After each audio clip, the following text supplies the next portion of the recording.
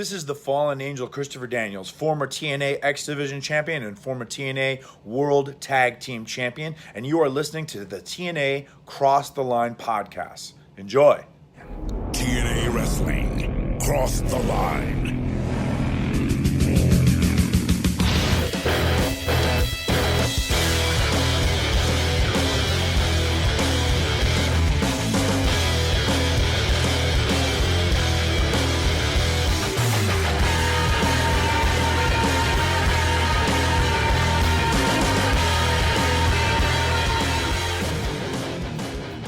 And we're back with episode 238 of the TNA Cross the Line podcast. I am Bob Colling Jr. With me, as always, is Dallas Gridley in Dallas. We've made it to yet another monthly pay-per-view, and it's Slammiversary, the anniversary show. We started in 2002, 2003, 04, 05, 06. So what does that make? That makes it 4 years, right? Yeah, this is our 4-year anniversary show. But it's only really the third Slammiversary in terms of the King of the Mountain. No, it's the second. It's the second Slammiversary. No. You gotta listen. Oh, okay. It's really only the third one with a King of the Mountain. Yeah, that is true. It is the third King of the Mountain match. I'm counting the 2004 one as essentially Slammiversary because of King of the Mountain. So in terms of pay-per-views, yes, this is only the second one because pay-per-views didn't start until late 04. So this is the second one. Now last year, Raven won the NWA World Heavyweight Championship. Unfortunately, he will not be able to accomplish that this time around because he simply is not in the match. Although last year, he wasn't technically in the match and they got inserted. So who knows? Maybe Raven will come back in here. That's true. I mean, at this point, he's not even on the card. So talk about a plot twist. Yeah, that's I mean, like you said, he's technically I don't think was on the card last year either. So right, he just like kind of showed up and he's like, "I'm in Sabisco," and he's like, "Okay." As normal, we don't do notes or really anything other than getting into it. So really, for the next probably 2 hours and 40-something odd minutes, we're going to be watching Slammiversary 2006. So if you want to watch along with us, head over to the TNA Plus app or find it in your own personal collection. And we'll be able to get this started. Again, the main event, King of the Mountain. We got Joe Steiner, AMW, Styles and Daniels, Sabin, Nash, and much more. And don't forget the highly anticipated Bingo Hall Brawl. I purposely avoided that. You might as well just say, and also the 2-on-1 handicap match with Rhino and Bobby Roode against Scott D'Amore. Plus, so, all right, let's head into it. I'm going to count down from 3, and when I say play, that is when we are going to start the show. So here we go. 3, 2, 1.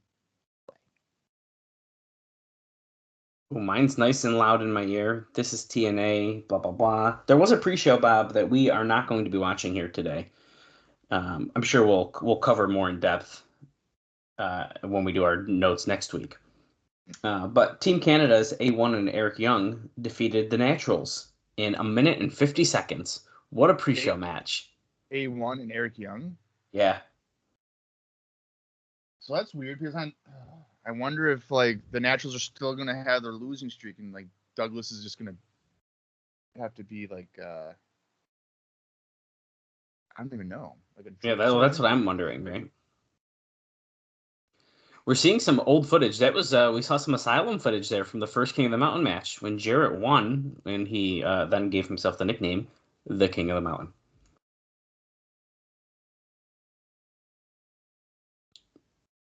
Mitchell saying there's going to be a new monarchy in TNA. Long live the new king. Can history repeat itself tonight? Or will history be made? They did acknowledge Raven's win last year. Bob, I do have my DVD right here, by the way. Don't want to forget that. Check it out. Is it open? It is not, which tells you everything you need to know about me watching the show. If you'll notice, though, this is really interesting, is that the poster is exactly the same as they showed on TV. Like, they didn't change it for the DVD. Oh yeah. They must have got their shit together when they realized, oh, if we just put Sting front and center, it'll probably sell. But, like, to point out, like we did when we saw it, it's interesting because there's Joe, Christopher Daniels, and then you got AJ Styles, Sting, Monty Brown, Jeff Jarrett, and Christian on here. And if I'm correct, Monty Brown is not on this show. No, he is not. Or at least not for an advertised match. Like, who knows? Right. Well, I'll just do a little spoiler for you. Not advertised, also on the DVD. So right. It's very interesting. It almost makes me think, like, was he supposed to originally beat Ron, and Ron wasn't actually supposed to be in this, like we were saying should have happened? Oh, maybe. 5 will battle, 4 will fall. Ron still just sticks out like not a credible threat. Well, and unfortunately, it's been that way for like at least 2 years at this point. Yeah. I also want to point out, Bob, too. They'll probably say it at the end of this video package we're starting with. Oh, they didn't. Okay, never mind. The tagline is, "This is the one." And I believe on TV they were trying to kind of advertise this as like, this is the show you want to watch this summer. Like, this is the one. Until next month. Yeah, Slammiversary logo. There is. It does not say this is the one on the screen, but it is on the poster, and they've mentioned it on TV. So, welcome to our 4-year anniversary, dude. There's so many people inside of the Impact Zone here. Senshi shines, Sting. It's showtime. That sign is a very interesting drawing of Christopher Daniels and AJ Styles.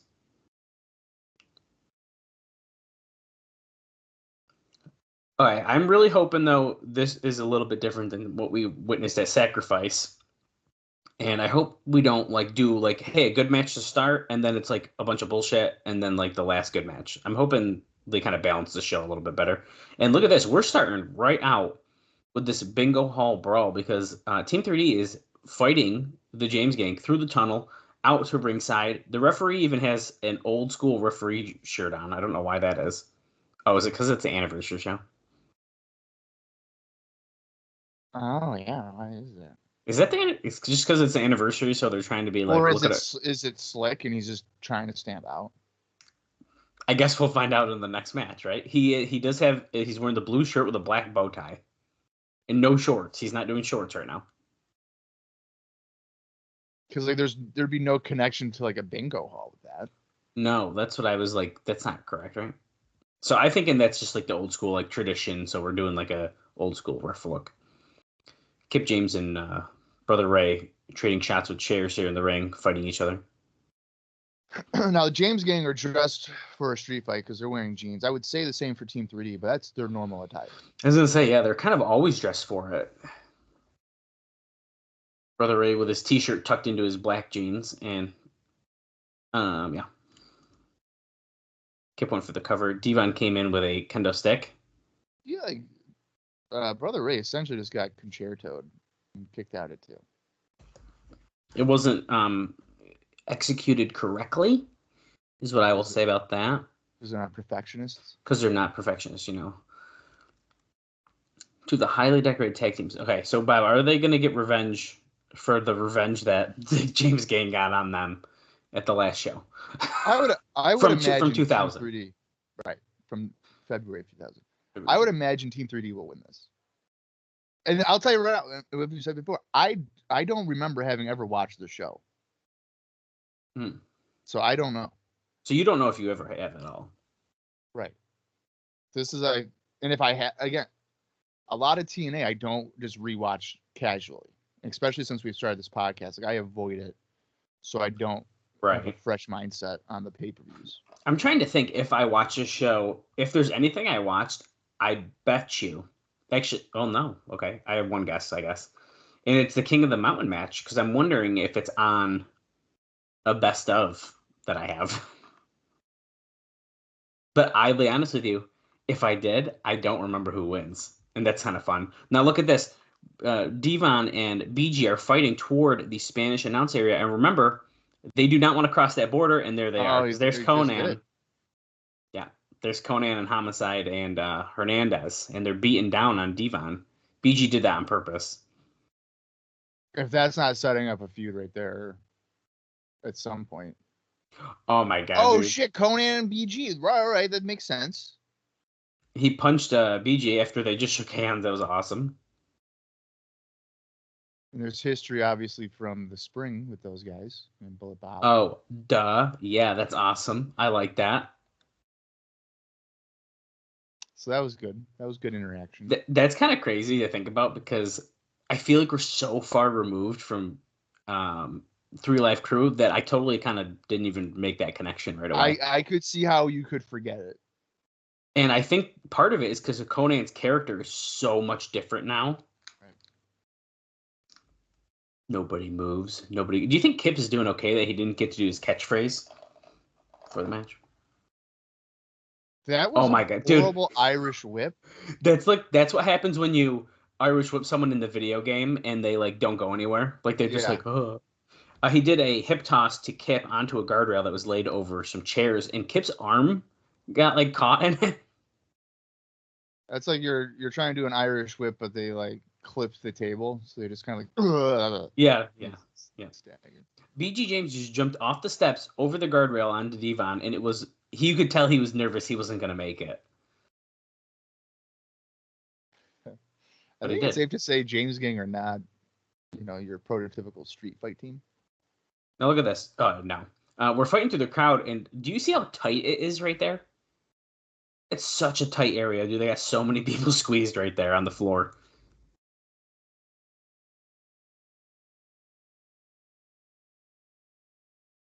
Going up to the next level here. Everyone's trying to hold their chairs up. Dude, there's like no room for them to stand or wrestle up there. I don't know what they're doing. Fans holding chairs up, and yes, BG's head gets rammed right into that. And this is how he starts, and that's how he thinks that he's a better wrestler than Bret Hart, is the constant head injuries. It's all the CTE. Yeah, when you get your brain rattled like that, that was a horrible trash can shot or lid shot. There you go. There we go. Yeah, he knew. He knew. He knew what he did. There you go. That's a vet. He's just handed it to BG. So I just don't know what makes this a bingo hall brawl unless I will give them credit if they light a table on fire. That's all I'll say. I feel like they got to do something that's crazy if you're going to try to insinuate that this is an ECW brawl. Okay, I don't think anybody. I don't know who in this match would go through a barbed wire table. Not barbed wire. Flaming table. BG James. No way. You don't think he would? He's not taking that spot. Kip would because he's a pro. Kip might. He probably don't give a fuck. I mean, they're both wearing jeans and a t-shirt. It's not like they're not covered. I could. Well, if you're going based off that, it would have to be Brother Ray because his arm, his back isn't even cut into almost. I mean, honestly, we're not even really talking about, all right? Because I'm thinking about them putting someone through it, but that's a really great point because I could totally see that happening. Brother Ray choking Kip with Jackie Gata's bra that she's now selling on eBay for $300. Oh, a cheese grater. Oh, but a low blow. Get the staple gun out. One thing we won't see is he hit Kip in it as he tried to go for a splash in the corner. Oh, is he doing a blade job if his guy hit with a cheese grater? Yes. He's not making it very secretive that he's doing it. No, he's not. Wouldn't you wait to be sliced with it? I feel like just getting banged, donked over the head with it wouldn't really. You could, but he probably wouldn't be bleeding as much as he. Oh, here you go. Is he already? He's already bleeding. He is, but to the camera. Yeah, but see, okay, so visually on the camera, that ended up going pretty well. Yeah. Double trash can and tray shots to the head. Everyone is down in the ring. Kip is busted. Okay, he's not gushing as much as I just expected him to, which is probably good for a cheese grater. So.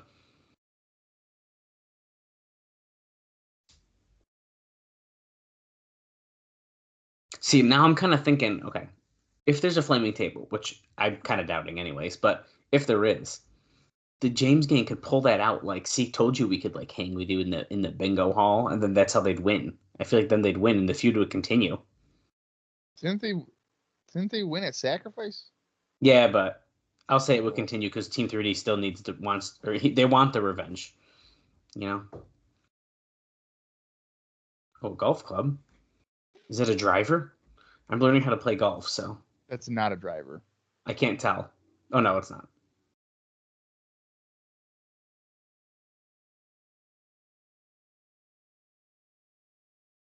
You never know, Bob. He could have just Famouser. Famouser on Brother Ray onto the trash can. He's going for the cover, but Devon, he's gonna break it up? No. The crowd is acting like this is a match of the year. I mean, this has been a fine garbage brawl match. There's two things you can start off a pay-per-view with. A garbage brawl or an X Division match. This month we chose a garbage brawl, and I think that's fine. Yeah, and really, on the card, let me double check, make sure before I speak. Yeah, I mean, theoretically, I don't think we're going to really see more weapons or anything until, like, King of the Mountain. So you kind of bookend the show with, like, two more violent matches. I think that's pretty good. Little Doomsday Device by Team 3D. Goes for the cover on Kip. Ooh, I almost thought they got it. All I'm saying is, can they please put the Rhino versus D'Amore and Bobby Roode match on as soon as possible? Please. I was just gonna say, what if they had started the show with that? I might have gone to my roof and just jumped off. Yeah, but it'd be out of the way.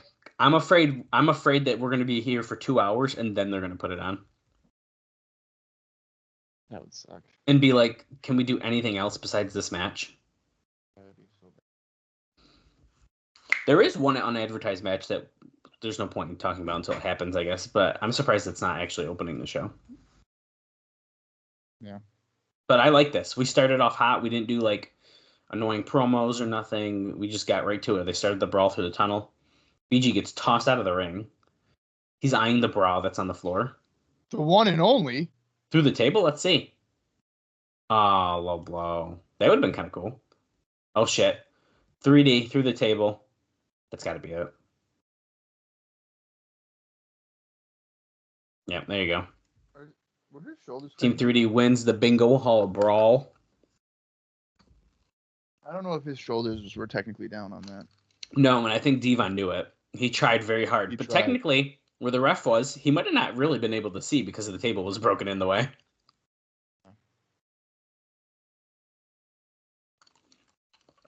Okay, that was fine.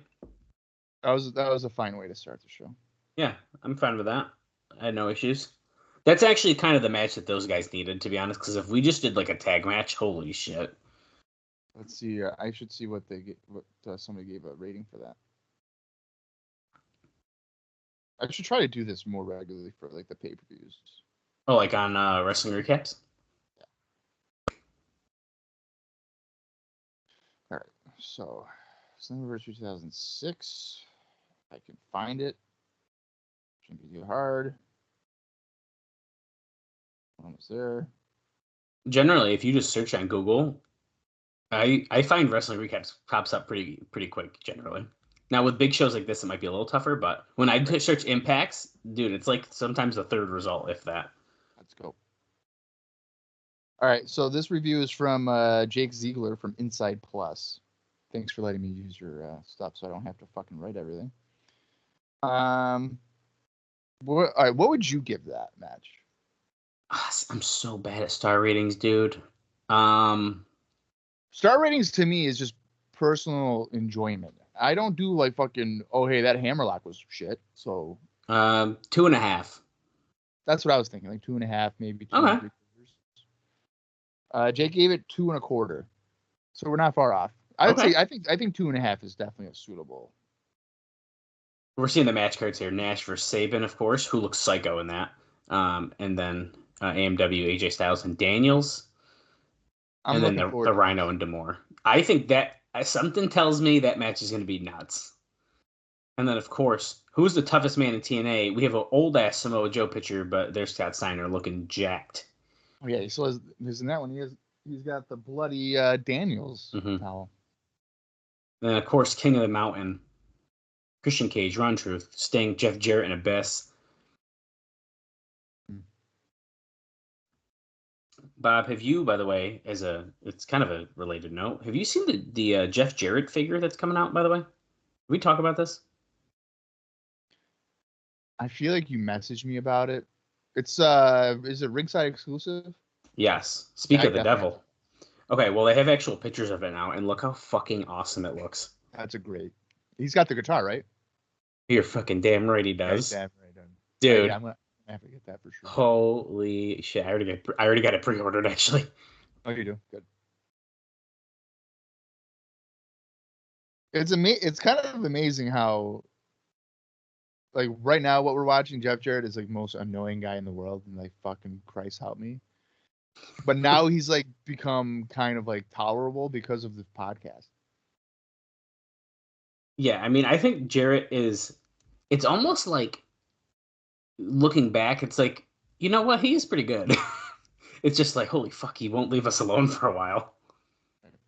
Actually, I just saw this morning, Conrad Thompson was arguing with people about how good Jeff Jarrett is. And I mean, he has really great points. Yeah. And so now he called Jarrett the GOAT. It was in, I wonder if I can find the original tweet. It was basically something along the lines of, I wonder how Bryan Danielson feels that he was finally in the ring with the GOAT. And so, dude, it set Twitter off. It's been going on all morning. I believe they must have been in the ring on Collision. I did not watch yet, but I'm sure they were. we're taping this the day of Double or Nothing, 2024, for reference. Jarrett's talking about it being put on the map. Wait, here we go. I can't imagine how excited Bryan Danielson must be to finally be able to say he shared the ring with the true GOAT, Jeff Jarrett. So happy for Bryan. Hope he enjoys his new necklace. Conrad said that? Yeah. And then someone goes, seriously, Conrad, Jeff is the GOAT? And then, dude, it just went off from there. And here's the one tweet that I think really was getting people going crazy. Jarrett's continuing to yell in this interview, by the way. It's a normal Jarrett promo. It's the typical passionate, like, people gave us 6 weeks for 4 years and whatever stuff. Yeah. So Conrad said, who made more money, had more influence, worked more places, created more relationships, gave more guys a shot, created more jobs, worked in the ring longer, had fewer surgeries, hurt less guys, did their job better as a heel, played the game corporately, and then he just write Renaissance man with a GOAT.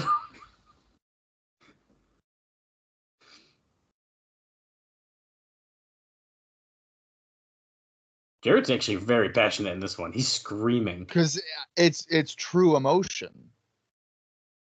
Oh boy, Zabisco's here. You're not going to believe this, Jarrett. You're suspended and Ravens in the match. Oh my god.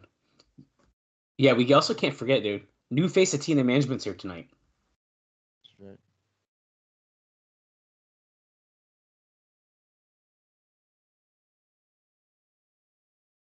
Larry, you have screwed up crap time and time again, and you're going to tell me right before my match?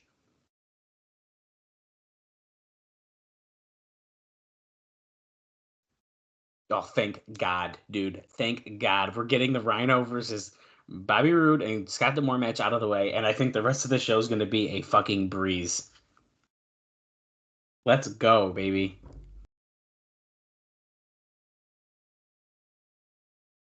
As long as it's not a 15-minute classic, I can't. like Jerry dude. Lynn and D'Amore did, dude. It's got to be like 5-6 minutes. This is the only match on the card that I just really don't want to see or don't care about. So I'm so glad we're getting this out of the way. Yeah, good shit. Oh, we're hitting very 2006 rock music, highlight video music right now. And it's like they're trying to make it seem like as if it's a intense feud or something. It's really not. No, it's not. I mean, yes, Rhino has been kind of feuding with Bobby Roode for 2 months now at this point. But so what? And D'Amore, the one Impact where D'Amore was standing over him, they just showed. It was why are we ending Impact like this?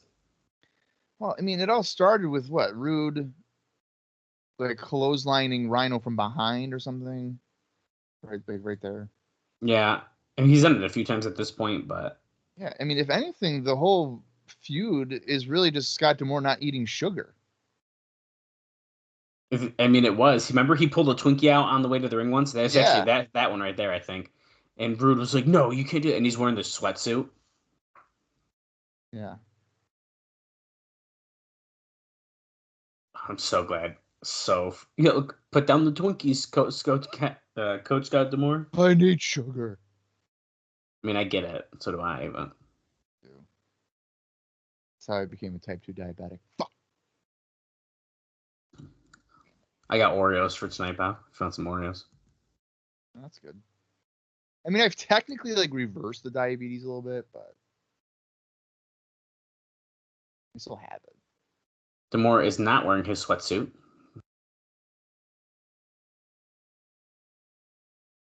Oh, they're trying to make it seem like when he wore the sweatsuit, he was like trying to lose weight. I get it. Yeah. I thought that was like his new training outfit. Like I didn't really get what they were trying to allude You to. didn't know that he was trying to just lose weight for the match? No, I guess I didn't really put that together. It makes sense. I but... knew that immediately. That's what they were doing. I mean, I knew he was like training, but I didn't put. I guess the sugar. It all makes sense now. But you know. Oh, D'Amore's grabbing a microphone. I will say D'Amore pretty much looks exactly the same visually to me. But Yeah. I mean, he usually wears like a big jacket, so I guess theoretically in the t-shirt he does look thinner. But he's got a microphone. Let's hear what he's gonna say. Probably nothing of importance. What a historic night. But you see, Rhino, I see through your little plan. I know why you made this a 2-on-1 matchup.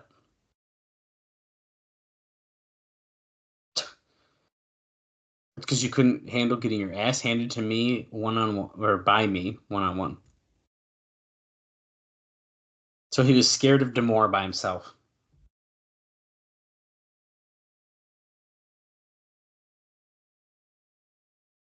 Oh, the only thing handicapped in this match is Rhino's IQ. Oof, burn.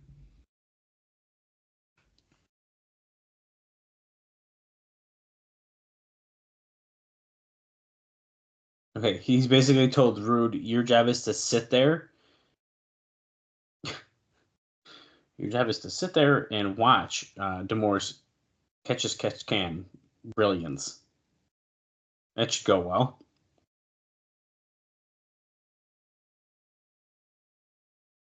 Well, Rhino didn't want to hear that anymore because here he comes.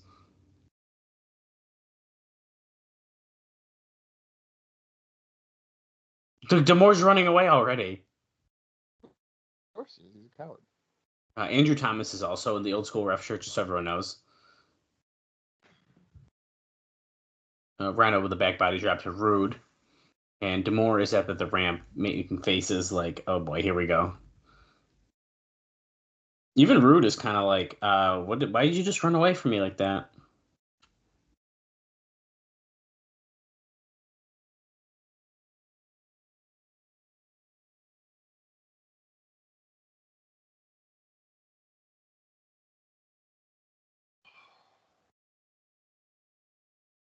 I can't imagine that Roode is going to take the fall here, right? Whoops. That's probably why D'Amore's in this. There's no way Roode's taking the fall in this one.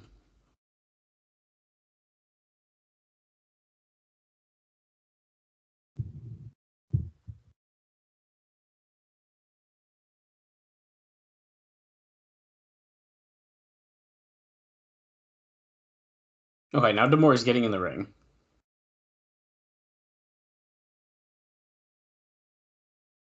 Well, did you just see the athleticism? He jumped up and touched his fucking toes. Yeah, and then he tagged out.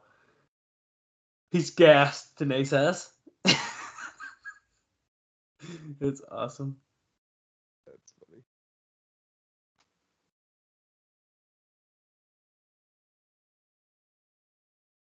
Okay, this match is going just as good as I was expecting. Wicked slow start here. Roode laying in some shots finally here on Rhino with a nice headlock. Here we go. Yeah, this is quite the Dude, it's just like Sacrifice. match. Well, what I've always told you on this podcast, and really just in general, is I feel like when it comes to like ECW guys, as Rhino's going to clothesline Roode several times here, you don't really want to see them in a regular match because ECW was hardcore wrestling for the most. Obviously, they had technical classics and stuff, but it wasn't with a Rhino. I don't want to see me restricted to doing arm drags and fucking. You don't like Rhino versus Psychosis from November to Remember? Did you just say Rhino in Psychosis? Yeah. November to Remember. What are you talking about? Exactly, it's a joke. Yeah, I know. But what? The technical classic between Rhino and Psychosis. Yeah. From '99, the year that no one was watching. That's not even. So it's like watching Team 3D in a straight up tag match. Like, no, I'm good. Yeah, it is kind of interesting.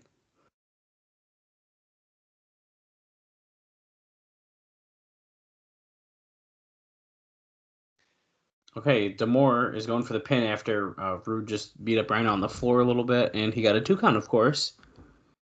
Dude, I'm not trying to be a downer here, but we're like minutes in, and just like it's already just like get this shit done. There's just like no energy to it. It's stalling. It's just constant stalling. Couple shots. D'Amore's doing jumping jacks now. Rhino got up. He grabbed D'Amore from behind, and then Roode came in from behind him, and then hit him with a stunner. D'Amore goes for the cover again. That's okay. We're getting it done early. If I've been sitting here for 2 hours, I would be a lot more angry right now. Yeah. So this is just not a pay-per-view match. I'm already thinking of my star rating. If I'm telling you right now, if anybody gave this more than like a star, I would be surprised. I can't wait for Bob to go to work this week and someone be like, "Hey, do you remember watching that Bobby Roode and Scott D'Amore versus Rhino match at Slammiversary?" So good thing you brought that up. So the other day I'm on lunch at work with my buddy Brett, and he likes to talk to me about wrestling because he's also a wrestling fan, and he thoroughly enjoys TNA during this era. As he should. 2000. He was telling me 2004 to like 2011, like he was watching it all the time. And I was like, okay, that's cool. So then we're sitting there, and he was like, do you remember the match between AMW? He was like, I think it was like AMW against AJ and Daniels, but like Gail Kim threw a nightstick out the rafters. Do you remember that? And I was like, dude, I literally just watched that like 3 days ago. It's ridiculous. For this podcast. And he was like, wasn't that awesome? I was like, yeah, that was like an interesting twist to the match or whatever. And he was like, that was a great pay-per-view. And I was like, no. Good match on a subpar pay-per-view, but right. But yeah, I thought that was he does that all the time. It's so he was like, I can't. He was like, what do you think of Crimson? And I was like, not good. And he was like, I thought he was like a future world champion. I was like, what? Well, that's how they tried to position him, so that makes sense why he would think that. Yeah, but it's like, no, dude, he was not good. The other day, he was watching like Superstars '93 on Peacock or something, or he's like watching it in order for whatever reason, and he was like, Bob, the next show has Tatanka against Giant Gonzalez, and he's like, I'm hoping it's really good. I was like, Brett, it's Giant Gonzalez and Tatanka, not going to be good. He's like, are you sure? And I was like, yeah. I'm hoping it's going to be good. The next day he comes in, he was like, yeah, you were right. That match sucked. And I was like, no kidding. That's pretty funny. Roode and D'Amore keep doing tags in and out very quick. Roode is beating down on Rhino right now, but Rhino did try to hit the Rhino driver on D'Amore, but of course that was ended very fast and did not happen. The story of this match is essentially Rhino not being able to get his hands on D'Amore, so he'll probably hit the gore on him and then pin him. And then can we please move on? It's been, remember, we just talked about it, I think it was last week, maybe the week before, but Rhino has re-signed. We got to do something else with him. This just is not working. Maybe if we did like a group of like old ECW guys and they were like trying to fight against like a group of like TNA guys or something, and they like called it like extreme violence like 2.0 or something like that.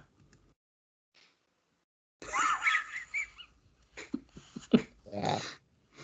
What's Tommy Dreamer doing here in the Impact Zone? They could do say call it EV2 as like a short version of the name.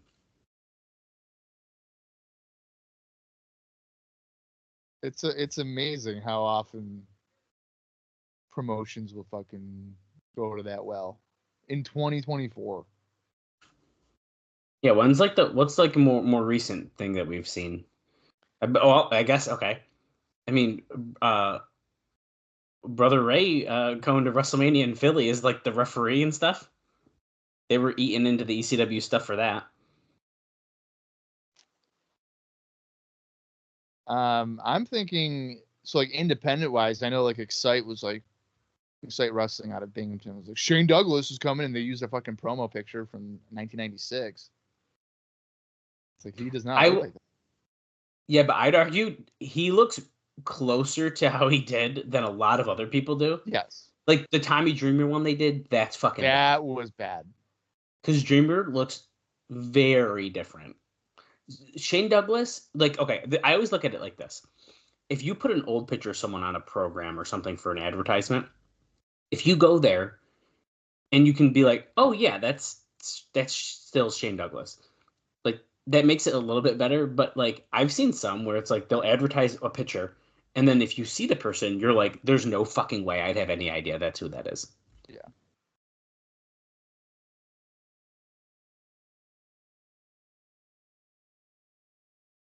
Why does Dreamer have like the weird hair still too, where it's like long on the top and he keeps like two little ponytails?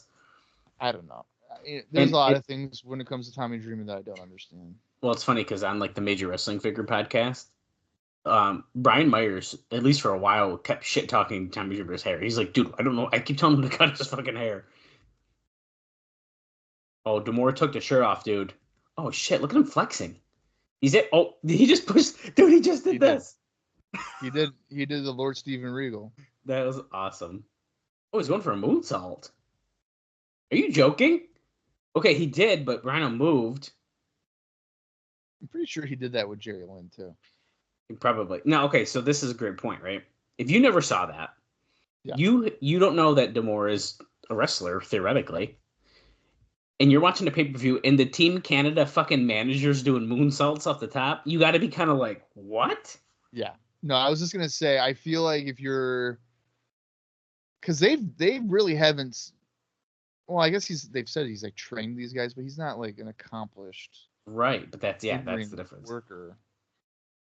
I don't know. I feel like I wouldn't have him do a moonsault like that. Hockey stick to the back of Rhino. No way. There's no way. I feel like they put Rhino in a transitional feud because they weren't sure if he was going to resign. And once he did, they're like, okay, we can pivot back to like. That's a really, really great point, and that has to be true. Roode over the top. D'Amore just got slammed down to the mat. Setting up for the gore. Here we go. Got it. He took that good. 3. Thank God. Thank God. Rhino wins. He hit the gore. I think D'Amore sold it beautifully. Yeah. All right, so we better not see that on pay-per-view again. No. Okay. Let's think about our stars before we go to the review that you were reading. Yeah. I'll give it half a star. I was gonna give it a star, being generous. Okay. Let's see. And I'm not looking ahead either in the review because I don't want my thoughts to be compromised for future matches. Yeah, we need to be surprised. There's no fucking way. Oh no. 2 stars. No. No way. No. There's no way. No. It's just like, dude, the one at Sacrifice that even Dave like rated it pretty high, and it was like, what are you talking about? Did you watch the same match as I did? Samoa Joe's being interviewed backstage now by Jeremy Borash in a dark corner. I think the 2 stars is more so because the ending, at least this is what he says in the review, is that the ending was satisfying because like the more fun you got the payoff. Yeah, that's fair. Yeah, but I'm not giving it 2 fucking stars. No. JB pointing out that Samoa Joe made his debut 1 year ago at Slammiversary. That's right. Dude, what a rookie year. I don't think we've seen anyone yet here in TNA who had such a good rookie year as Samoa Joe did. Well, I mean AJ.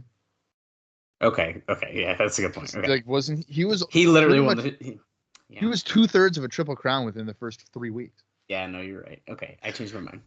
And then he won the title in like June of 2003, so it was like roughly within a year he was a Triple Crown. Okay, that's a great point. Never mind, I take it back. But Joe's year was really good. Yeah. No. You could tell within the first 5 weeks of TNA that AJ Styles was like the foundation. Oh yeah. Okay. We have an X Division rankings matchup next. 2 men start and then they tag in and out, it sounds like. Senshi is coming out first. Okay, so this is going to be, I would assume, it's basically like a #1 contender for. Yeah, I guess it would. Joe's X Division Championship. And by the way, guys, this is our unadvertised match. That I think this is the only one that we don't know about. And honestly, after this, it's like banger, banger, banger, banger. So I'm pretty excited. Okay, Shark Boy. How many guys are in this? 6? Yes. Okay, so Shark Boy's number 6. Now, if we actually try to pretend to keep track of the rankings, we're going to get mad. So there's no way that TNA follows that. Well, they tried to do that before, where it was literally making like the list of contenders, and they never followed it. Yeah. Well, I mean, even so, like AEW did it for a while, but it handcuffs you. Like, I hate it. Yeah. I don't need a ranking system in wrestling. I really don't. No, I don't think you do. Look at him slapping the Samoa Joe DVD picture on the mat. Or on the apron. I agree. I don't mind the rankings to like see who's like doing good, but like to use it as like this is your next contender, I think is kind of lame. Because then as soon as you want to do like a random title match, you can't because people will bitch about it. Exactly. What do they mean? Nothing? How is the 12th ranked wrestler getting a title match? Yeah. Like, okay. Jay Lethal, who has new entrance gear, he's stepping up his game. Maybe new music too. Is there like a new like coat thing? Yeah, he's never had the coat before. And it's matching his gear, so I'm assuming he'll have several of those. And it kind of looks like Jarrett's, so I think he's going to be like a lot. Alex Shelley? Oh, fuck yeah, baby. I Spy. Paparazzi Production shirt has made its debut. I'm telling you right now, if anyone has this shirt in a size medium, I will pay you for it because I want that shirt really fucking bad. Peanut butter Shelley time. That's funny. That's a good sign. He's wearing long tights again, too. Yeah. Now, what they should do here is have Kevin Nash come out and help out Shelley. Sanjay Dutt is the last contender. That's actually a really... I like that idea because he hasn't even wrestled Sabin yet. So that's like another piece of the story. Yeah. It's like, oh, now you fucked up the rankings. That's a good idea. I feel like Senshi's going to win this. Yes, I absolutely think so. I am Brandon, and I am the uncrowned champion. I am Brandon. I am going to win the rankings match at Slammiversary, and I'm going to kick you really hard. I'm going to kick your head in, Samoa Joe. I take my job very seriously.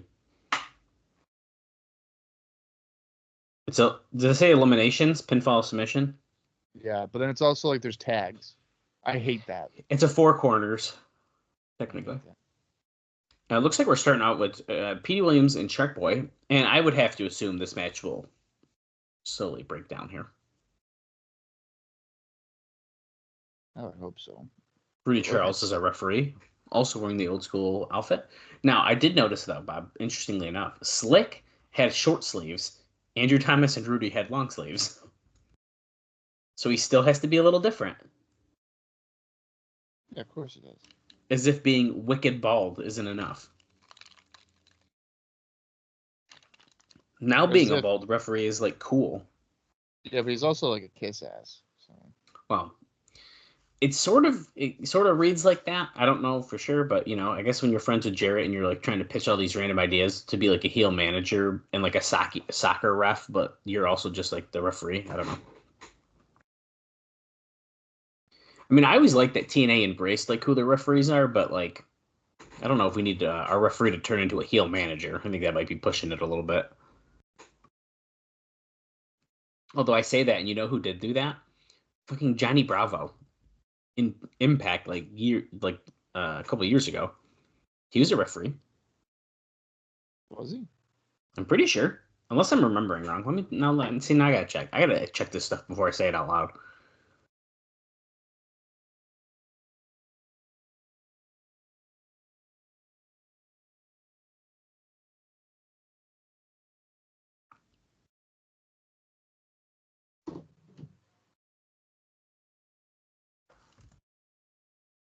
Slingshot crossbody by Shark Boy to Petey Williams on the floor.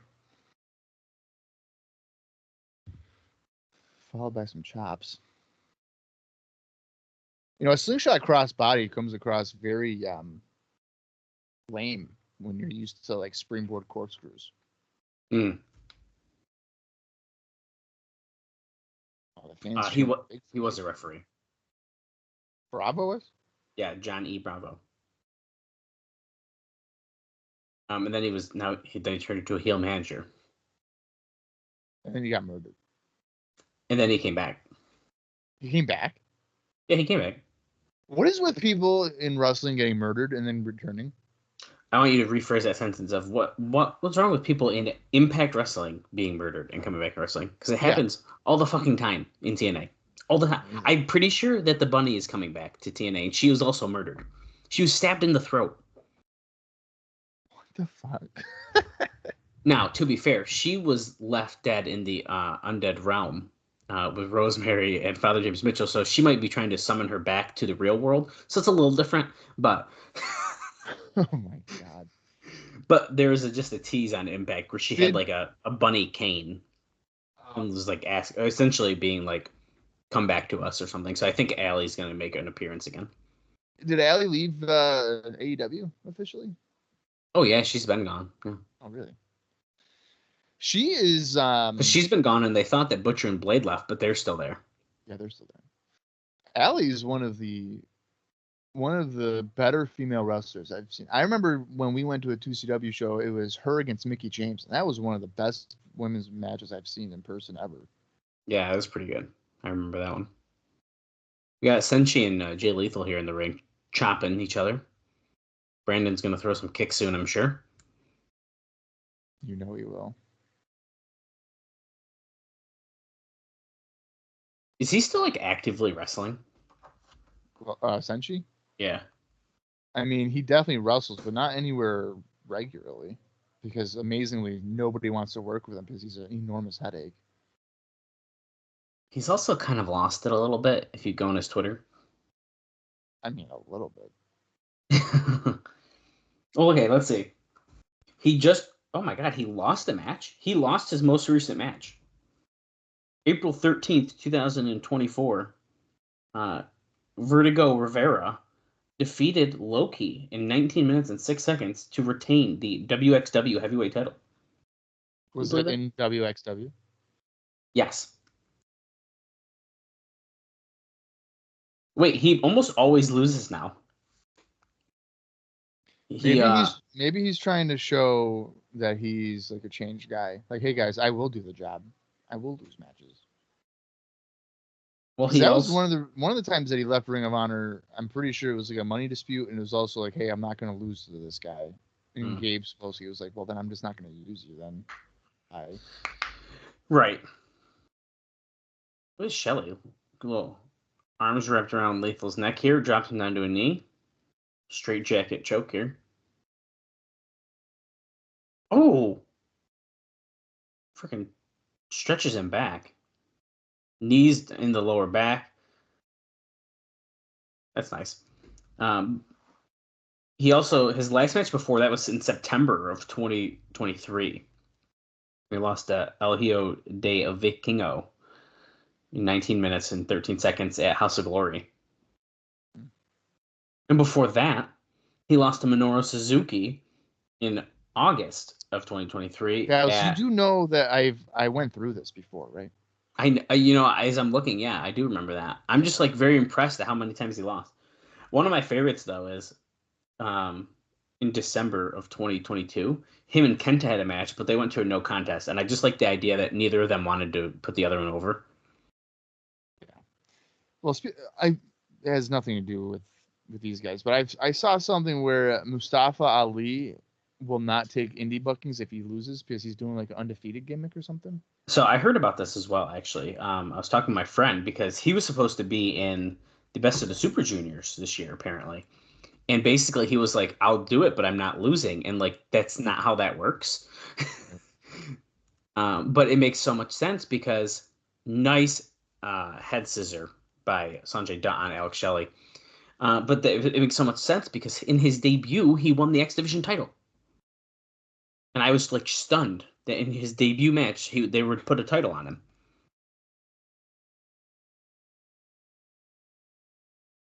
Now, does he want to be undefeated because he is the champion, or is it just? I don't know. I took it. I feel like, I hate to say it, I think a lot of WWE guys do this when they go to the indies. It's like, I can't lose because I'm like a WWE guy. And like, I'm a bigger star and stuff. But like, eventually you kind of have to. I mean, I'll be honest. I'm surprised that they didn't put the world title on Nick Nemeth. Do I think it's coming? Yes. I'm just surprised they didn't do it yet.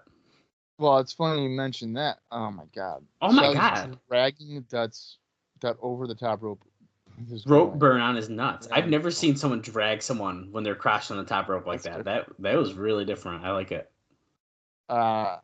Nick Nemeth not winning the title, I noticed that whatever. And then I saw that his next feud or like his next thing is like going for the tag belts with his brother. Yeah. Dude. Like, wow, he's going down the card that bad? I do not watch Impact ever in 2024, so I don't know really what's going on, but I was just surprised.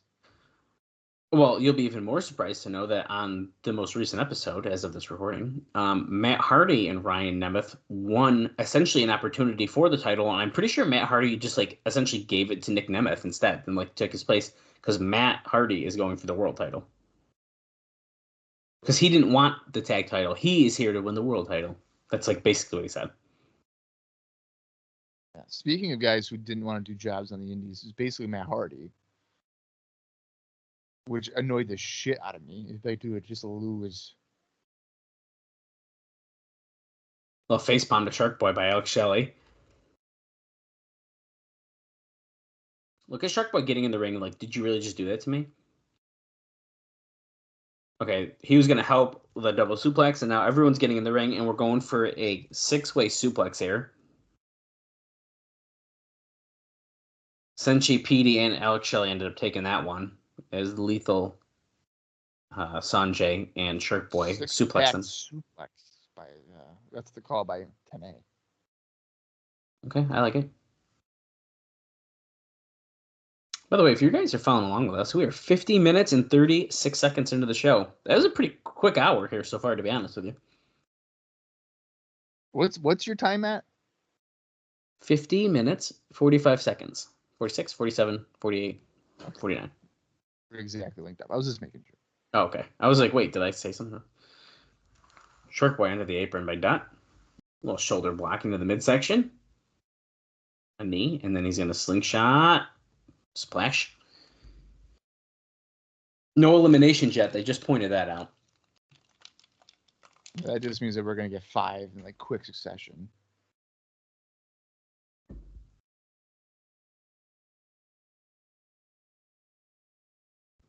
Yeah, that's kind of what I'm expecting, to be honest. DSD? The Dead Sea Drop? Is he going to hit it? No. Sanjay held the rope.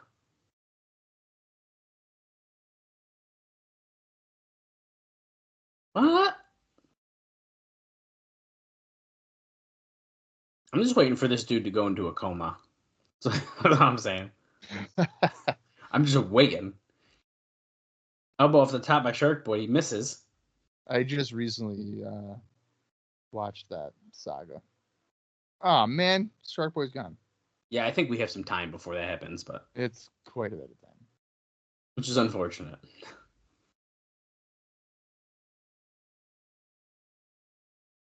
So Shark Boy is our first elimination. I feel like I called that. Dude, is Shelley doing the Kevin Nash foot choke in the corner? Is he gonna do the elbows? Like Dude, the picture? He definitely Mhm. should.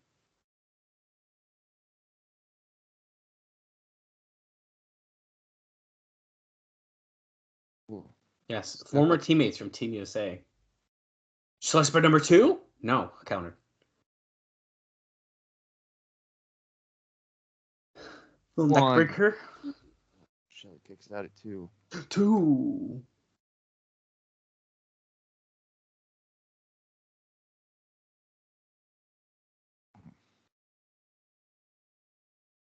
Oh, Lethal snuck a tag as Shelley just drop kicked, got over the middle rope, and then hit a backstab, elevated backstabber.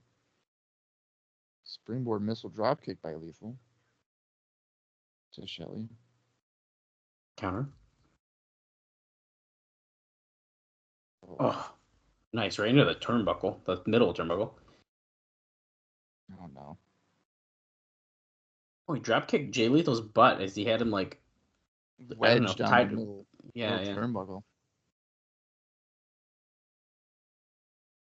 Brain buster. I still think it's amazing, by the way, how much Alex Shelley has grown in the last like couple of years here. Yeah, he went from baby bear It's wild, dude. to now. But even his look, like he looks like more of Yeah. a star now. Like it's just crazy. Well, I say that, and then he just got eliminated by Jay Lethal. I was not expecting Shelley to be the 5th guy. No, I kind of thought he was going to be in here a little bit longer, to be honest. It's got to be. So if I had to guess, the next will be Dutt, Petey, Yeah, Lethal. yeah, that's exactly what I'm thinking. Because I think they're going to try to position Lethal as like the underdog still, Yeah, and so one. yeah. Oh, insecurity there. They're on commentary. I'm noticing they're really trying to drive home this like Team USA thing from the X Cup. But Oh, that almost didn't happen. I feel like it doesn't make sense. No, I agree. Well, because it was so like in the grand scheme of things, the World X Cup was like nothing. It was even less of a thing than I expected it to be because it just abruptly ended at the pay-per-view on Sacrifice. They had like 3 Impact matches. They had that one singles, and then all of a sudden a Battle Royal, and it was done. Well, Really nice moonsault to the floor by Dutt, taking out all 3 members that are left. but another thing too is that it's a forced partnership. Yeah. It's not like they wanted to do it. Yeah, I think that's pretty important. There's a lot of people wearing the Alex Shelley I Spy shirt in the crowd, by the way. I keep seeing it pop up on camera. They should. It's a good shirt. I'm going on eBay right now. PD moved out of the way. Whoa, that was cool. It was like a single leg dropkick, kind of. I don't know. That was cool. Big splash by Lethal, but PD moved out of the way. Are we going to see the Canadian Destroyer? Did me and Bob get this wrong? I see Sanjay getting up. Oh, that was No way. so good. Okay. Holy Oh, shit. wow. Okay. I did not expect that, but that was a really, really nice Wow. Canadian Destroyer. That was a bad clothesline by Dutt.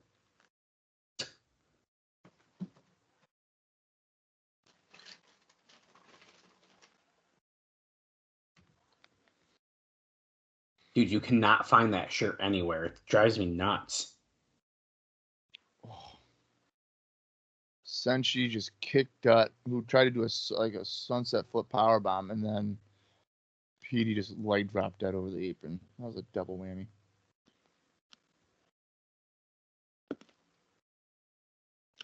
One, two.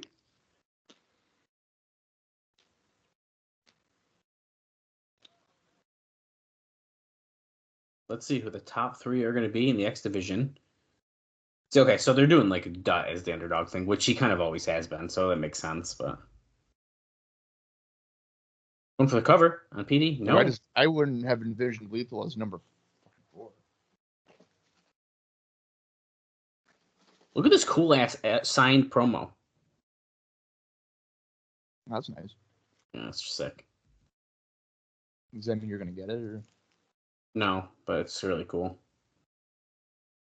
Oh, Senshi runs in, takes out PD.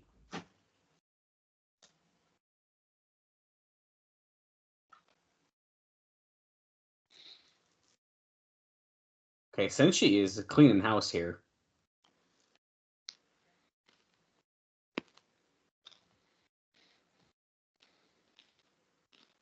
Oh, PD cut him off as he was going to go for that foot stomp.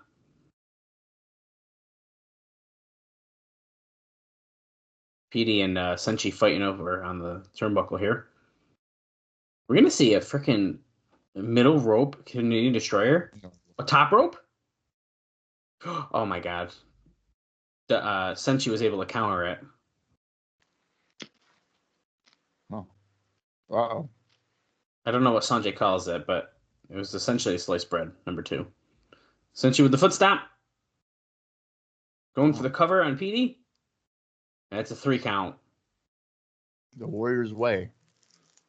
Down Warriors to Dutt way. and Senshi. Wow. Okay. Okay, so we were a little off, but I feel like it's the same vibe. Yeah.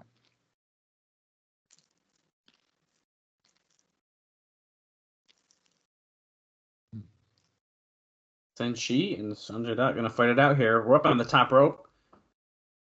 Hurricane Rana. These two have had quite some pretty good indie matches prior to this showdown. Those were like 3 years ago, but That's okay.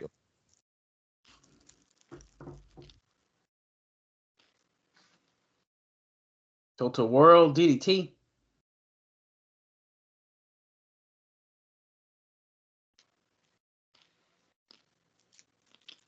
I hope everyone's enjoying Bob's ASMR chewing. You don't even have to get. I could do it. It's just like you pop it in, it goes. I don't even know what you're eating. What are you eating? Fucking pretzels? No, I wish. I'm not going to tell you what I'm eating. Oh, I'll mute myself. he's eating in secret.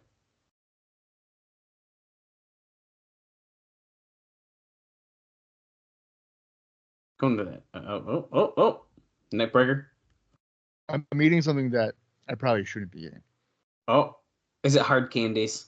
Yeah. And you're chewing them instead of sucking them? I can't suck on them anymore. I just fucking eat them. That's bad. And then he swallowed. Okay, I just want to point out, Bob was just drinking a Red Bull about 20 minutes ago, and now 450 by Sanjay Dutt with a knees up by Senshi, and now he just finished off a Coke Zero.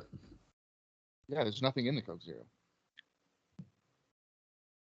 Nice freaking shotgun dropkick, pushing Dutt into the turnbuckles, and puts him up on the top. What's this gonna be? Tree of Woe? Oh, he's stepping on his knees. Into the Warriors way. Oh. Oh. Yeah. Yeah, that's it, guys. Senshi is essentially your number 1 contender, right? Uh-huh. Yeah, they said it. Okay, now I hate to say this. We're kind of booking ourselves in a corner here. Yeah. And maybe, okay, there's a couple ways we could do this. One, if Samoa Joe for some reason loses to Steiner, I feel like there's no way. No way. But okay, then it doesn't really matter. You either just have Senshi lose, or you vacate the X Division title. Well, the only way you vacate the X Division title, I feel like, is if you have Samoa Joe go for the world title. That's kind of I get in that vibe though. And he's got to, but you wouldn't vacate it until he were to win the world title. Then on Impact, you go, I'm relinquishing the X Division title. Because if you do it before, then it's pretty much telling you, hey, Samoa Joe's going to win the world title. Yeah, that's true. I'll tell you right now, in the TNA universe, right, if you just strictly do it, I think it's a tough time buying into Senshi as a guy. That's true. That's true. Samoa Joe. Just from the physical standpoint, I mean, this guy is tiny. And when you have him with Joe, anybody looking at that's going to be like, there's no way. But if you go outside of that universe and you go, Ring of Honor, Indies, whatever, you know that he can. And he has. Well, I have a feeling it will be a really good match. So I won't complain either way. I would be shocked if Senshi beats Samoa Joe in TNA. I would be shocked. Yeah. JB is going to be with Kevin Nash and Alex Shelley backstage. Property of XXXXL. Well, property of Nash, and then it says XXXXL. Dallas. Yeah.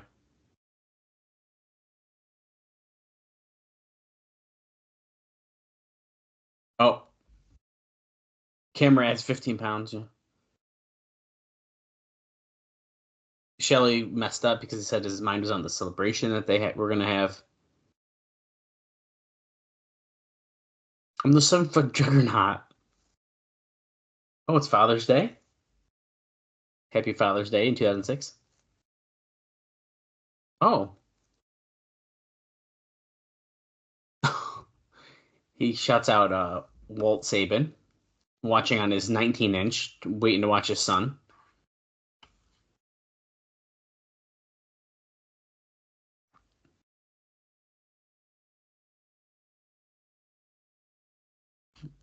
Son, it looked like the odds were against you.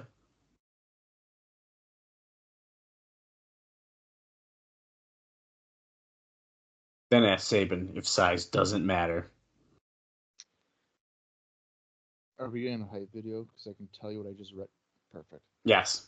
Okay, so we talked about Tommy Dreamer earlier. Oh, no. So apparently on his Facebook page, he revealed a meal that he recently had.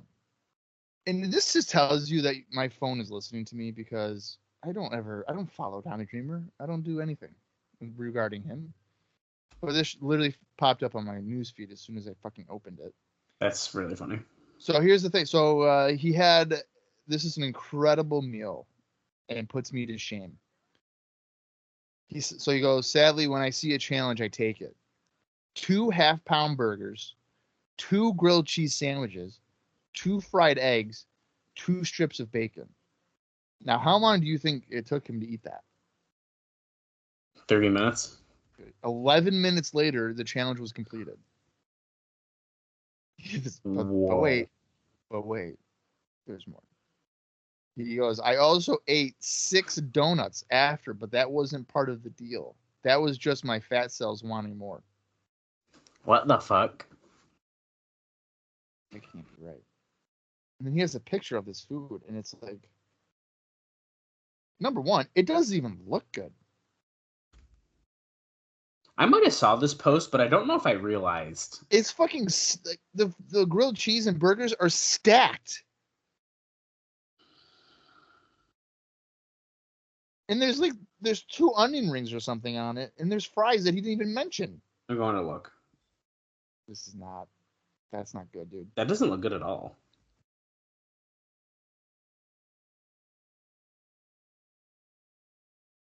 X Division Challenge, dude. Kevin Nash versus Chris Sabin.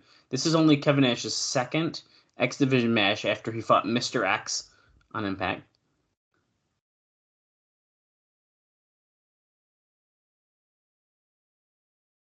Here he comes, dude. Are you ready for this match? So I'm nervous about this match because I really don't want Chris Sabin to lose. I feel like he can't, but he could, and then they could extend it, I guess. But Yeah, I mean, it really depends on how long they see this angle going for.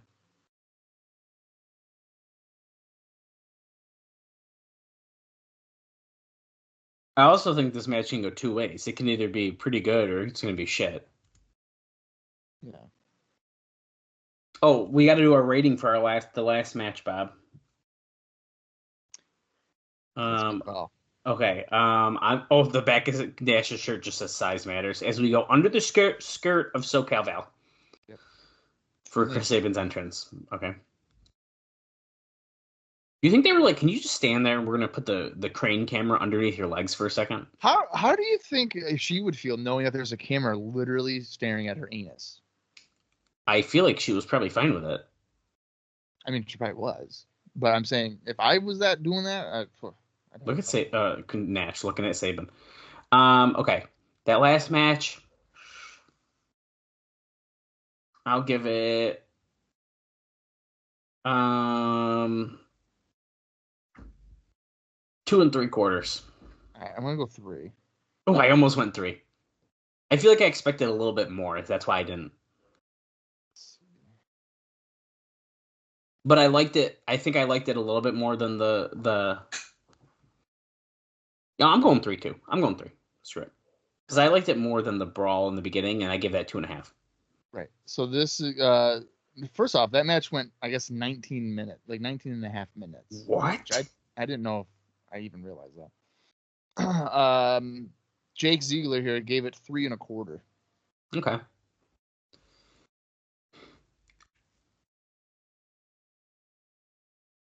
Sabin is really going after Nash here. But Nash hit him with a big knee. I like the gear that Nash has on. It's got the gold letters on the front, the gold accents on the singlet.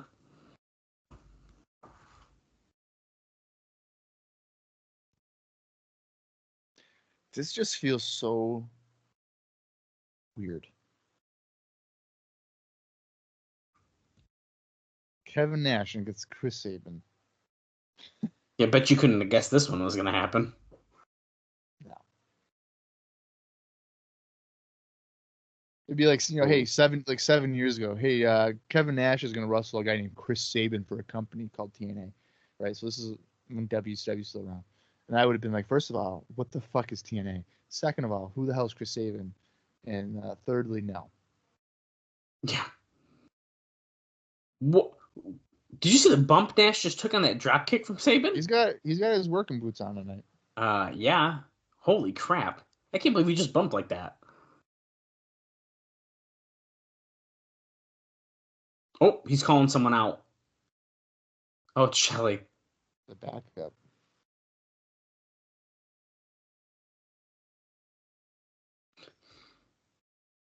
Is he asking for some X Division tips?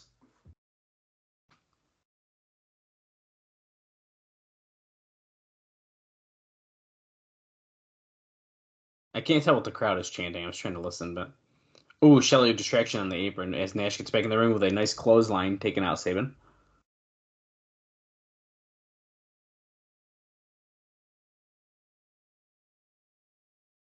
Shelley saying, I was thinking. Big thinks. Stretch with the boot. Taking that move from Alex Shelley in the last match. Sabin, or not Sabin. Shelley is removing the top turnbuckle pad.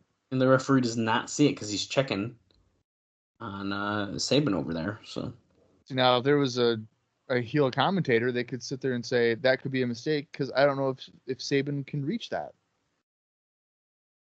He had wire cutters to cut it off. I just want to point out, remember, A1 could not find it at the last show. What the fuck?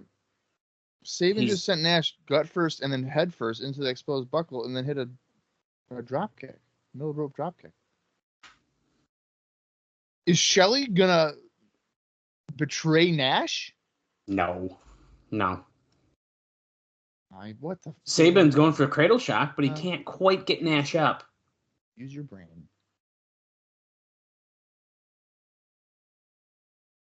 Oh, Shelley grabbed the leg of Sabin, though.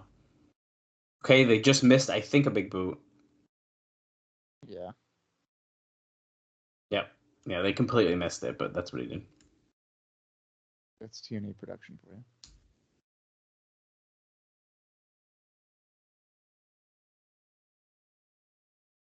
We're going to show you right here what we missed earlier. It was literally 10 seconds ago. Big We sidewalk almost missed slam. a side slam. Most. Every time Don West is like, this is what you missed. Oh, this is what you just missed because we had to show you what you just missed.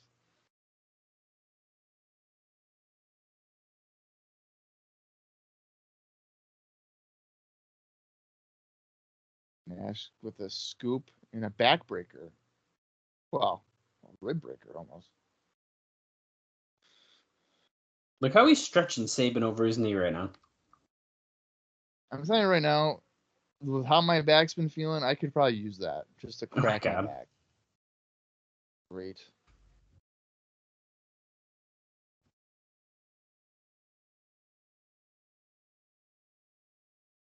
If I was AEW, I would probably, with, I guess the Motor City Machine Guns going there to work. I would pay Kevin Nash a good handsome amount for a reunion with Paparazzi production. That'd be so fun. I'm really curious to see how long this partnership lasts. I'm just more curious of okay, we're doing something a little bit more unique with Kevin Nash, something different. So once you end it, then what do? You just put him back to fight Jarrett and all his WCW guys, or what? Yeah, I mean, he's done this before. Realistically, I mean, he did it with Ray Jr. Wow. That in '99 WCW, but that wasn't hey, the cruiserweight division sucks, whatever. It was more so about the mask. Right. Going for the and jackknife. Ray Jr. ended up beating him. Oh, he took down Kevin Nash. That's how Rey Mysterio beat him, was punching him on the head out of a powerbomb. Oh, really? Yeah. The crowd also was just going absolutely nuts. The loudest they've been all night. Going back and forth with chants. Holy shit! Sabin got him up for the cradle shock, but Shelley grabbed the leg of Nash to pull him out. Oh, he almost hit Shelley because he drop kicked the knee. Suicide dive takes out Alex Shelley. Had to get him out of the way.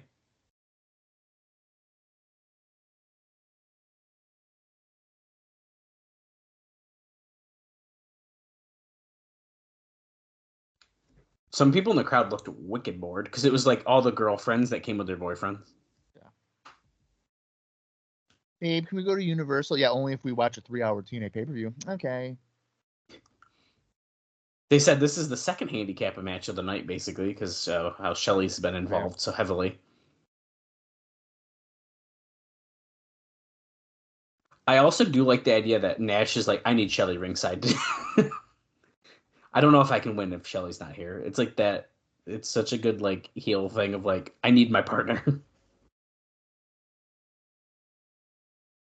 Sabin with a leg drop. Kevin Nash is a funny chicken shit heel. Yeah, that's what I mean. Because there's no reason for him to be a chicken shit heel. No, exactly. That's why I like it. It's so good.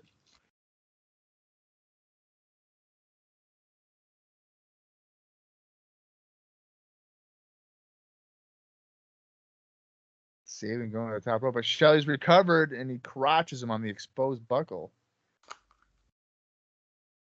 That hurts even more. Uh-oh. Oh, no, the straps are down. He's getting ready, dude. He's okay. His back is fucking ripped. I know, I just noticed that. Look, he throws up the X. Because the X division. And what's next? The jackknife powerbomb. Let's see. Is he going to hit it? Counter. Ooh, he got hit with it. He plopped him.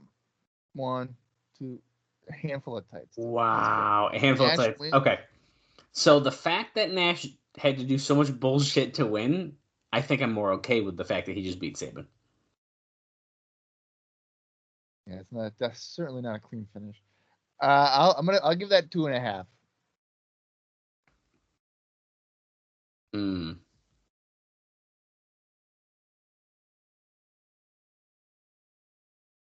2 3/4. Jake Ziegler gave it 3. I almost did. I enjoyed it. Okay, AMW and Gail Kim are being interviewed backstage. Bob hasn't even looked up yet, and I can tell because he hasn't said anything. I don't need to say anything anymore. Yeah, but People know. Gail is looking fucking hot as fuck. she's looking good in that white outfit. So she's ready to throw a nightstick down from the rafters once again. Okay. Did she get a boob job? Like, are you trying to say like recently at this time? Because I don't think anything's changed. Yeah, well, compared to her. Hang on a minute.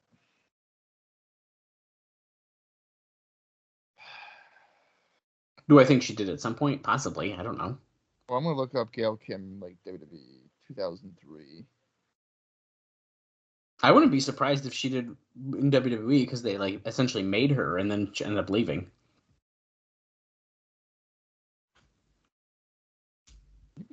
Maybe she didn't. Oh, she can see why she's such a distraction. Yeah, we figured that out. I know too. Tonight's not going to be different from any other night.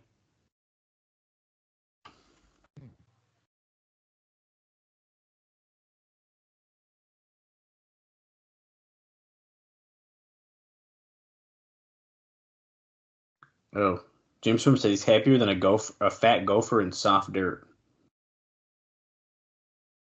All right. Well, I gotta go pee so I can enjoy this tag team match, but we're getting a video package first. Yeah, this should be pretty good here. We're seeing there's the nightstick falling from the ceiling. Shoes up in the rafters. The guys fought at Sacrifice. They were the first match of 2006.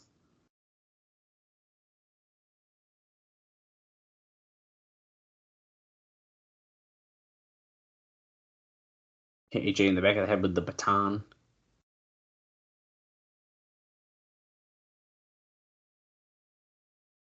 Oh yes, they're yelling at, we're not going to have to come to you, Layers of Visco, after Slammiversary, because this is their last chance. That's a big part of this tag match, which makes it very much seem like Daniels and AJ are going to walk out with the title.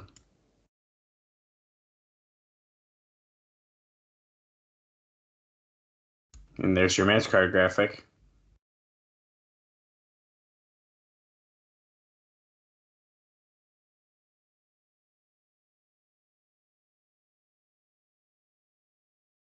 NWA Tag Team Championship. That looks like a new graphic because we got that weird Slammiversary depth perception kind of graphic there.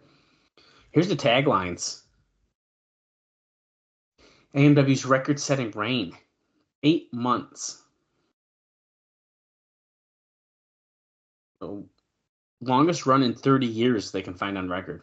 It's their last chance for AJ Styles and Christopher Daniels. Kim, possible counter.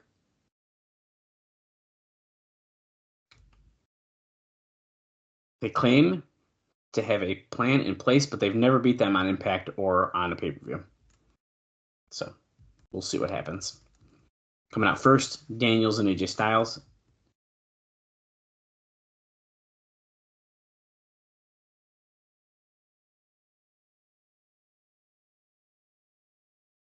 We're in matching blue gear. I like it.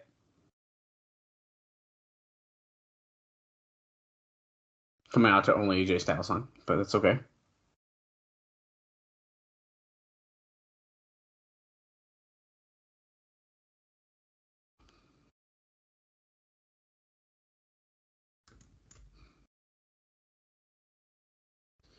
Wonder what their plan is. What could they have? Is there a new, could we see a debut tonight? I don't know.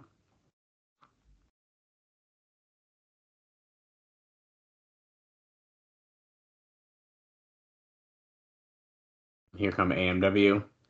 And yes, Gail Kim is accompanying him to the ring. Could we see their 8-month reign come to an end? It's been really good. I don't know if I want it to.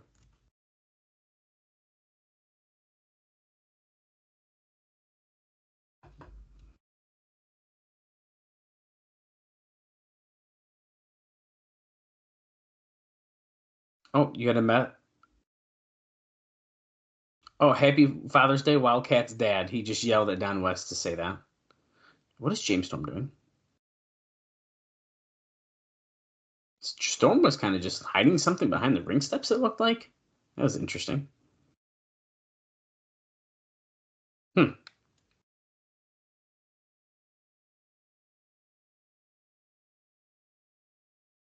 That went back all the way to 75, and there has not been an NWA Tag Team title reign that was longer. That's pretty impressive.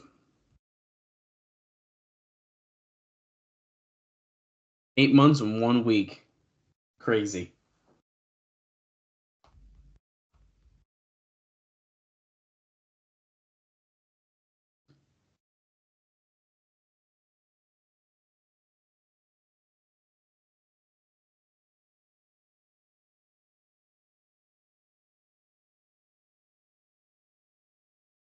We got Andrew Thomas here as our referee, holding up the belts.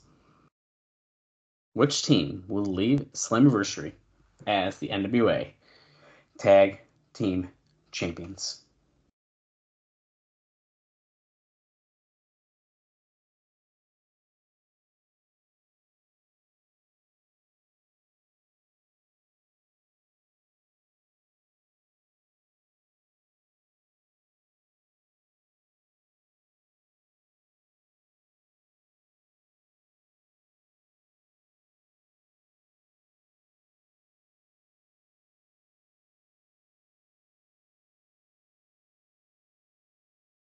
Hey, we got Styles and James Storm starting us off here. Not a whole lot happening up yet.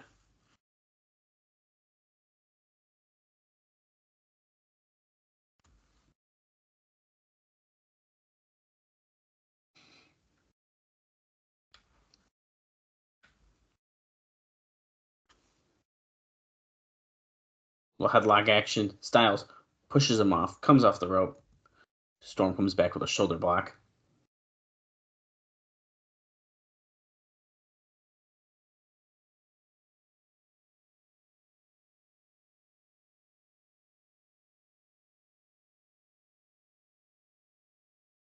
How many tag teams stay together for 4 years? So they're already hinting at that AMW is such a established tag team, have not ever broken up. Nice dropkick by AJ Styles, taking out James Storm.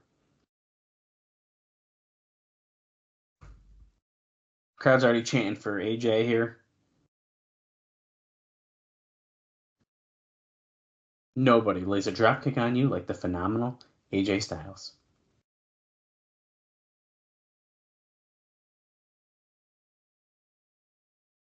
Hey, Daniels is in, but it looks like a quick tag back out to Styles as they're working on the arm of James Storm.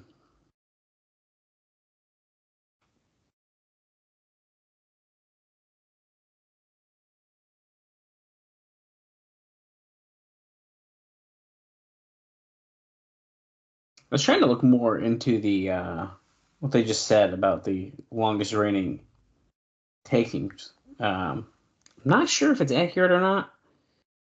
The Skull Crushers apparently held it for 700. Oh no, that's oh wait, hold on, that's combined days. Although they had one reign, 777 days. So.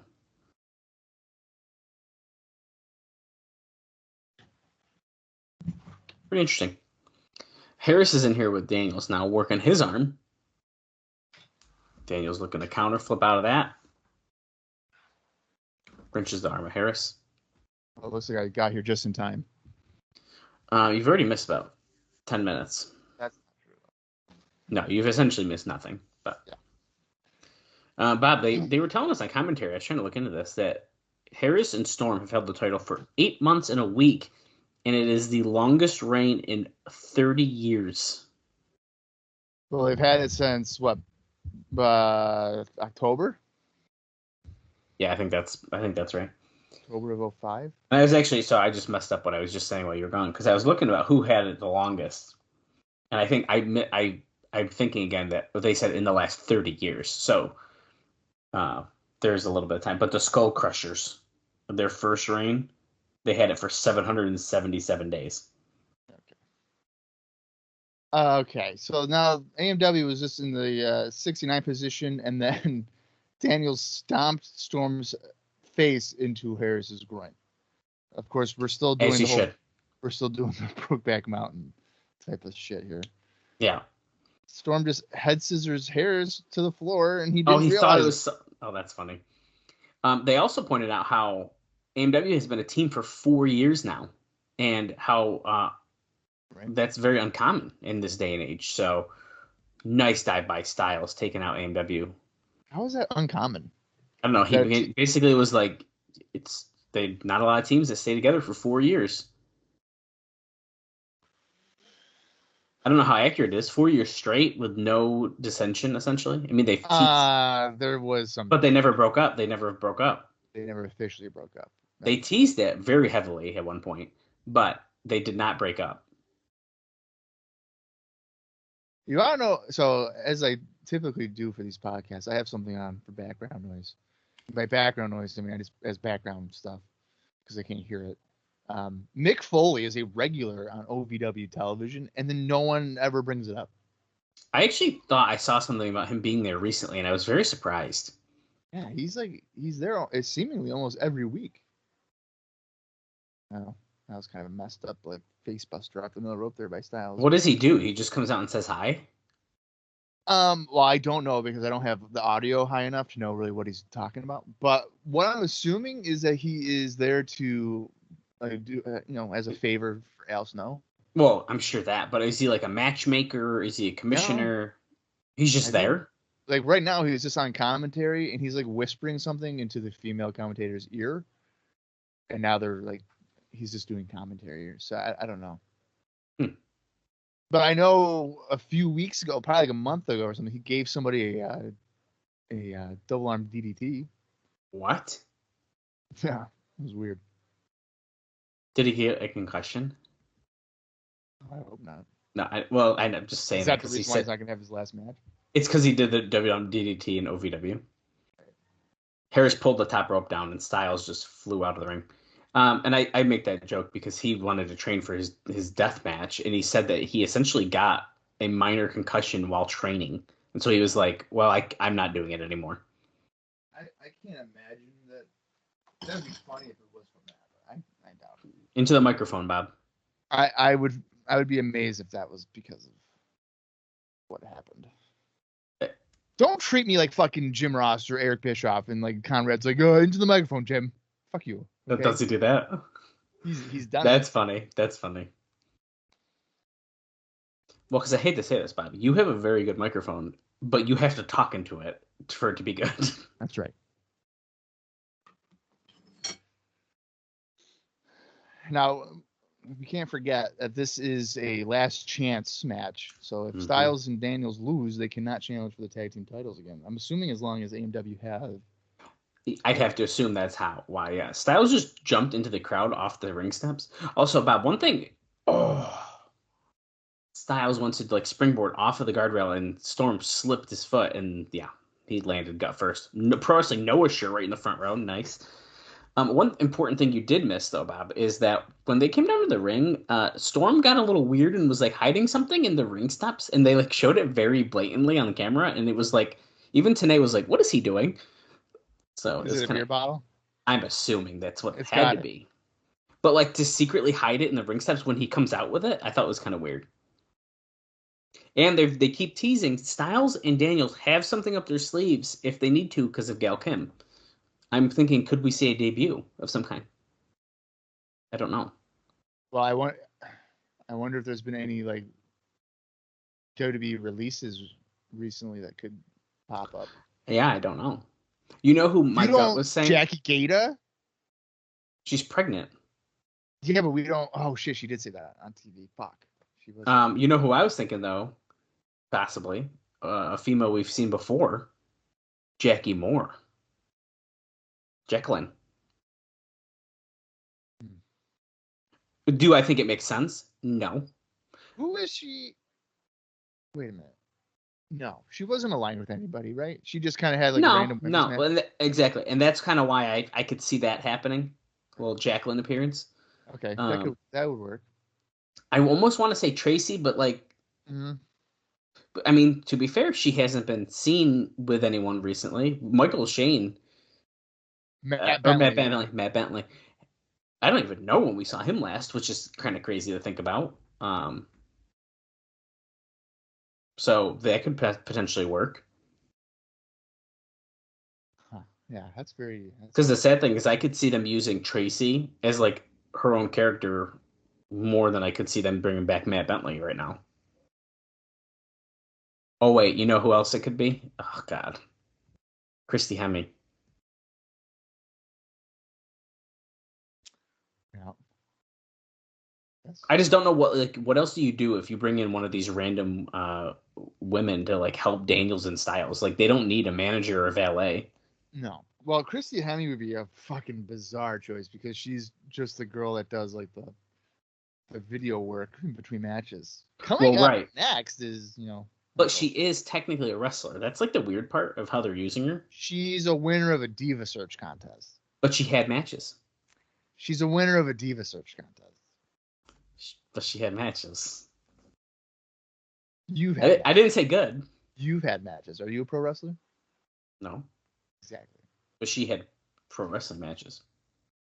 She won a Divas contest. Bob is so critical of Christy Hemme right now. She's not I'm sorry. She's not. I'm not a wrestler. She's not. I would not classify her as a professional wrestler. Fine. She's someone who's hot that won a Divas search, and she had a couple of matches. Did you see that move that James Storm did? That was awesome. It was like he was going for a double arm DDT and then kind of flipped Styles onto his back. You can tell that Dallas is a political guy. He pivoted away from that conversation. I agree with you, I guess. Oh, look at that. My name's I want to Bob. look it up. Listen, I'm really not trying to be a prick about this, but I'm just saying, He's a prick. Honestly, if someone were to be like, hey, Pele Hemme, like, what do you think of when I say Christy Hemme? I would say like, oh, she's a personality. I mean, that's how she's being used right now, so.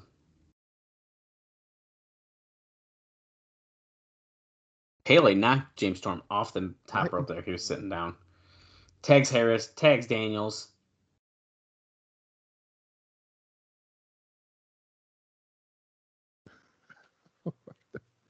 What the fuck?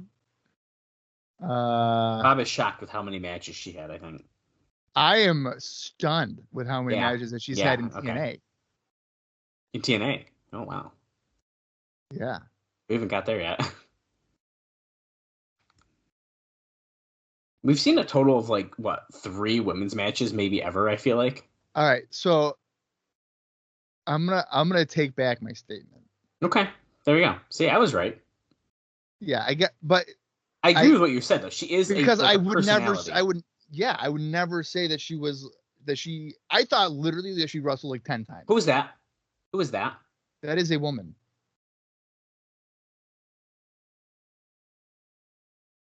I don't know who that is.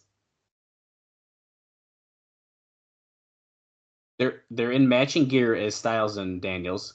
Huge choke slam. Is that Claire? What was her name? Claire Lynch?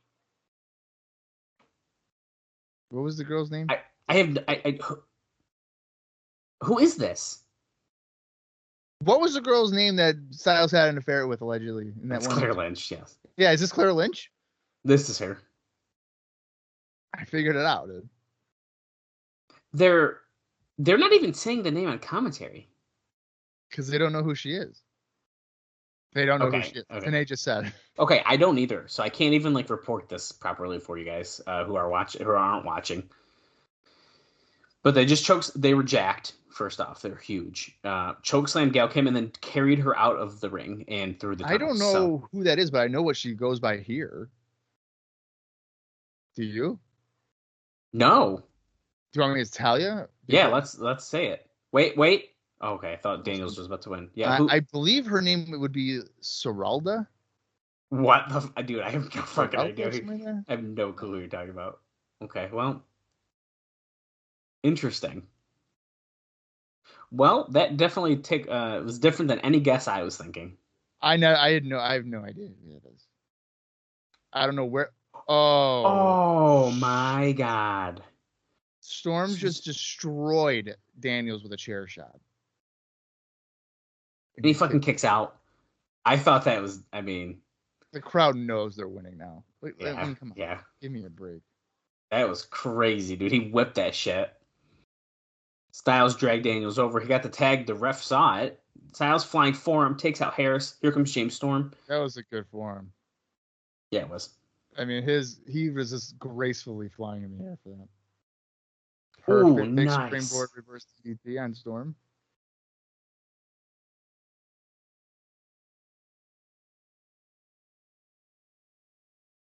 Little pump handle slam by Styles.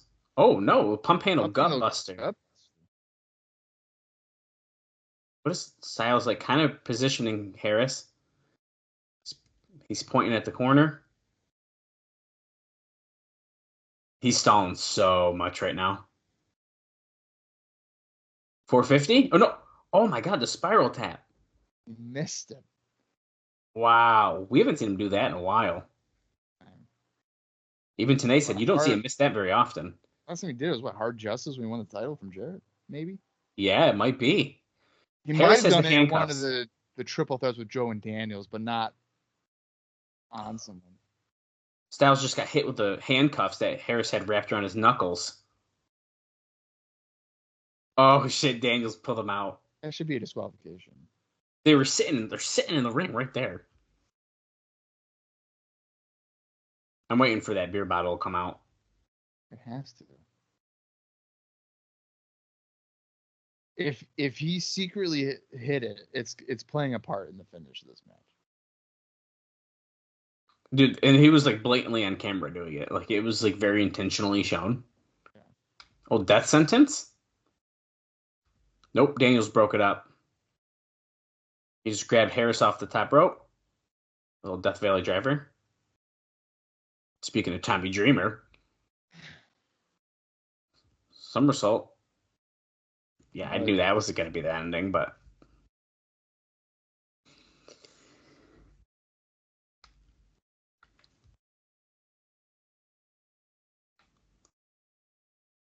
Okay, Daniels is in here now. Is he going to go for Angel's Wings, maybe? Yeah, he's going for it. Let's see. Oh, he can't get it over. Storm clotheslines him.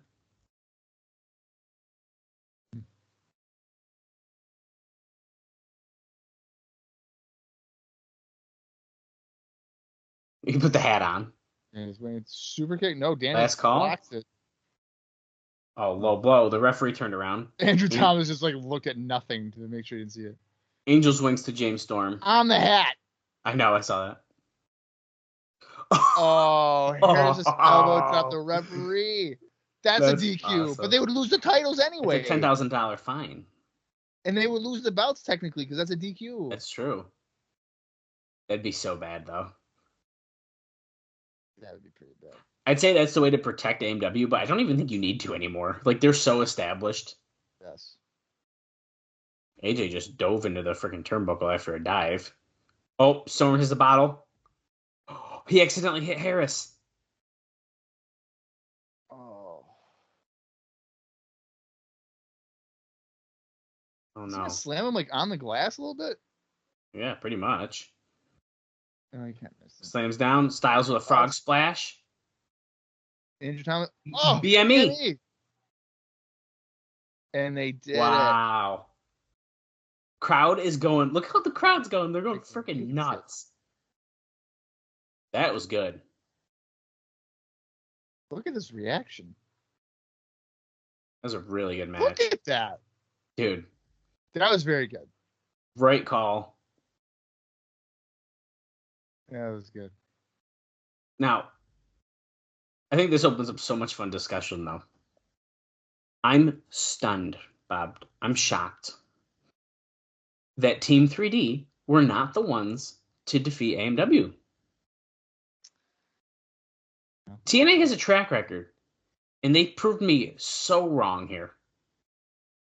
I just really expected it, and I'm glad that it was different. I think this is awesome. Well, here's the thing with Team 3D. As soon as they win the tag titles, there's nothing left for them to do. Nothing. Right. So you got to find out a way to drag it out, and I guess they've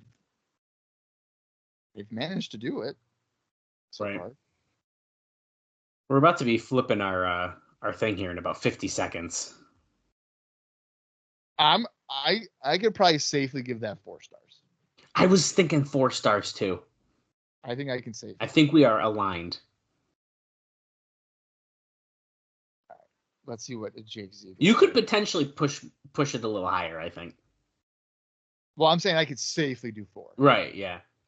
I'm going because I liked it so much. 4.25. Okay, that's what Jake Ziegler gave it. 4.25. There we go. It was very well done. Which is okay. So this is what I love. I can't argue. I think that 4.25 is probably good. I love this because sacrifice match. It was good, best match on the show, but it wasn't like you knew it wasn't the best they were gonna do, and you can tell they purposely saved it. Yeah. We just switched over to disc 2. Mine went flawlessly, so I'm right into the backstage interview with JB here. Bob is not. Because I use old technology. So. Oh, Stinger. I switch my VHS tapes. Be kind and rewind, baby. That's right. Well, let me know when you're at. I can't even fast forward. 25. We're way past that. We're at 30. Son of a bitch. Let me know when you're at 1 minute and 1 second. Oh, that's a lot. Okay. Yeah. Well, that's where it brought me. So. Sting's just talking about being able to multitask after 20 years in wrestling. If I get a chance to get the world title, then I'm going to take it. He wanted to make that clear. Don't let your mouth override your rear end, Christian Cage. Bob, we're at 59. 1 minute. 1 minute, 1 second. We are aligned again. I'm hoping we're going to get a highlight package here in a second, so I can pull the Bob and hit the bathroom. Sick. I would imagine that we would, because what's really left? Joe Steiner and King of the Mountain? That's crazy. Yeah. All right. Go. Oh, wait. No. Oh, greatest moments. No, I got to watch this. I got to see I thought they were going to do this throughout the show. Are they just doing it all right now? I actually thought that, too. Let's see. I wonder if they're going to do a countdown or just show stuff. Here's Ken Shamrock winning the title. I thought they said First pay-per-view, Sting's first appearance. There's Toby Keith. Keith, of course. There's Malice. All right. Ryan Urlacher. First Ultimate X. Other Ultimate X stuff. So they're kind of just, this is like a full thing here. Tito Ortiz knocking out Jeff Jarrett. But that was such a weird shot of that. You couldn't even tell it was Tito if you didn't know. Piper. Ricky Steamboat, yeah. Jarrett won a title. Randy Savage. Remember when he was commissioner for like a month? That was fun. I did forget about that, to be honest. Chase Stevens climbing up the 6 sides of steel. DDP, of course. Wow. It's only been a year for DDP since we really seen him. Wow. Sting. There's Rhino falling off through the table. I like this one. We just saw Vince Russo with Styles holding up the belt there. Rhino with the title. There's Christy Hemme. We just Pro saw wrestler Christy Hemme. Right there. Hardy jumping off the stage. That's a great moment. Rhino driver. Raven being scalped. Who was that? I'm Arnold. Oh, that's right. Scott Hall. There's Sting being filmed at his house. There's ICP. Dennis Rodman.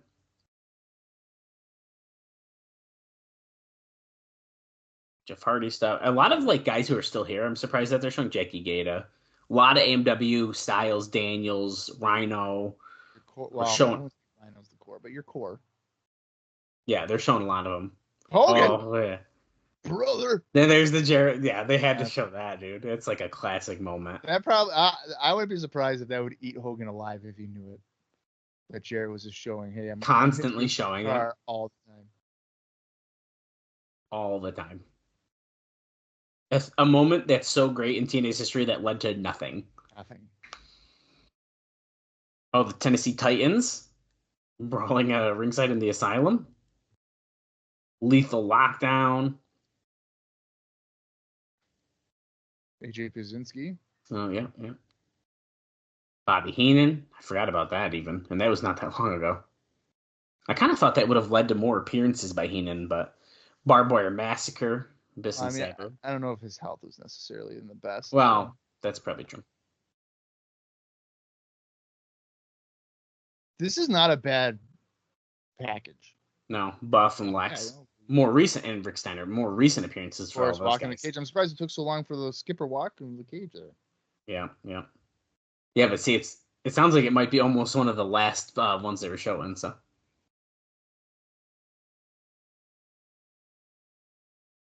I was just joking, apparently. I thought that when they were talking, it was like live commentary, but it wasn't. There we go. Candle fuse. And we're back. Oh, we're probably going to get the authority guy. I forgot Dallas about this. is never going to be able to go to the bathroom. That's okay. I just kind of want to go before King of the Mountain, so we don't have to worry about it, but...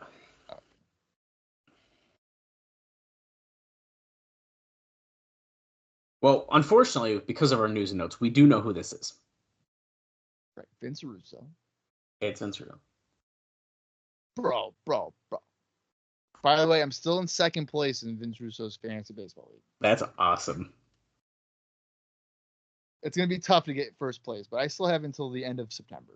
It's May. We have some time. There's quite a bit of time. We're talking about this guy's time in the wrestling business. WWE, WCW. He ran his own wrestling company twice. Does that mean they both ended twice as well? It's just like when people talk about having the title. Technically, yeah, asshole. Jesus. Does that mean they both went out of business? Shouldn't the goal be that you run your own company once? Well, I think he's referencing Smoky Mountain for sure. Right. And I would assume OVW. Oh. But that was him and Danny Davis, and that's still obviously going on now. There you go. Mr. Jim Cornette. I feel like the crowd does not give a shit. They don't. And why would you? Who cares about Jim Cornette? Why is he getting pyro? 2006. Because he's Jim Cornette, dude. It's like they're giving him a courtesy applause. Why does he have a cane?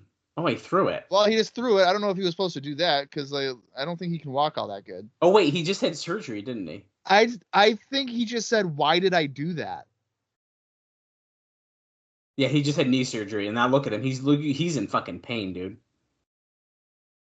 I think when he threw it, he mouthed, why did I just do that? Because he is struggling to walk. Yeah, that was a bad move. Oh my god, that is so funny. Why did he not walk up the steps? I feel like the way he just got in probably was harder. I don't know. I don't need no stinking cane. No, you do. Nothing would have helped. Finally, Jim Cornette has come back to pay-per-view. Now he's remaining with Ring of Honor, right? Is it what you said? I think so. New face of TNA Management.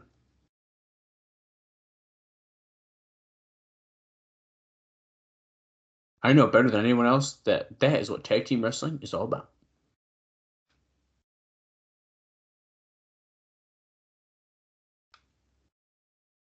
Okay, he's here tonight for a very specific reason. Oh boy, we gotta get background first. He's gonna talk for the next 20 minutes. So if you Dude, want to, that's as well. No, I want to know what he's gonna say. We'll get a package for Joe and Steiner. They're going to hype that up. On this OVW thing, about this guy, there's somebody on this show of OVW doing a clear Bob Backlund ripoff, and it's hilarious.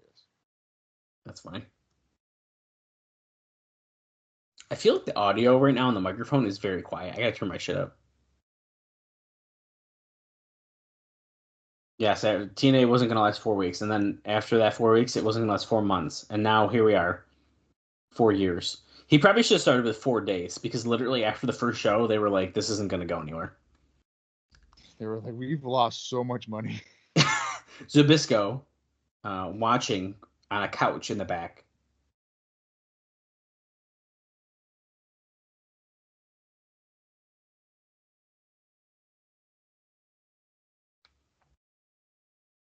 Growing pains, obstacles.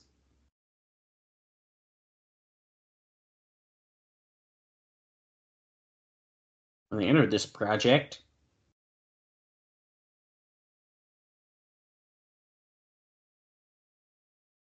blah, blah, blah. This is going to be drawn on so long right now.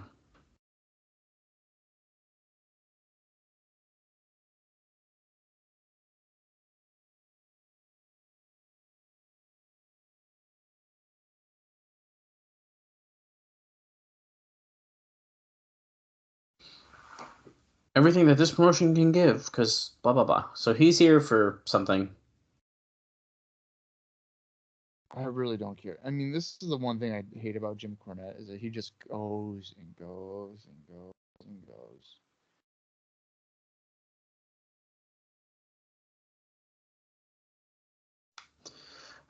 He does ramble. He may not be politically correct. He may be controversial.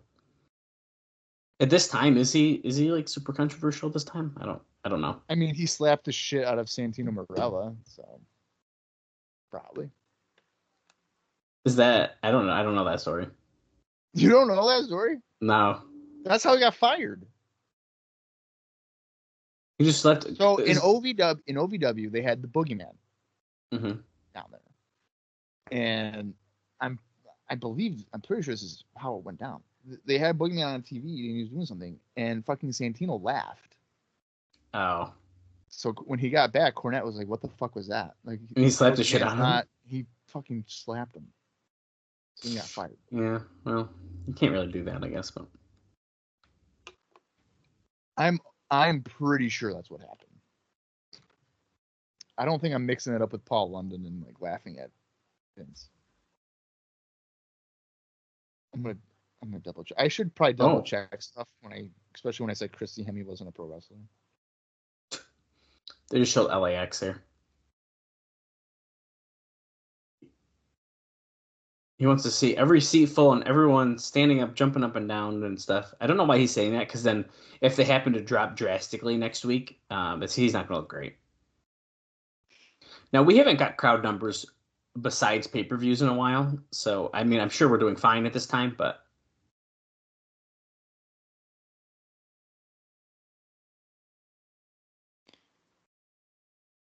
This message for everyone in the locker room.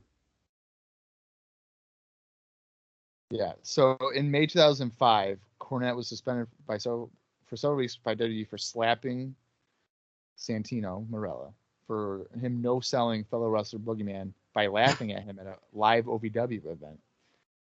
Cornette returned from the suspension, but then a separate incident occurred, and he was released from his contract in July of 2005. Oh, wow.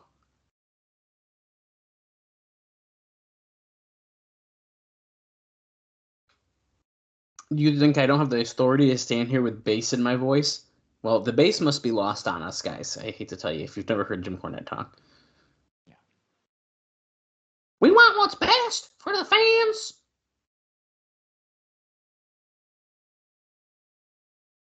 TNA will be the new face of wrestling. The new face of TNA will be success. I hate to tell him. Has he not watched in the last 4 years? Because we've been saying for at least 2 now that TNA is the new face of professional wrestling. It happens on every single show. In the beginning of the show. Every single show.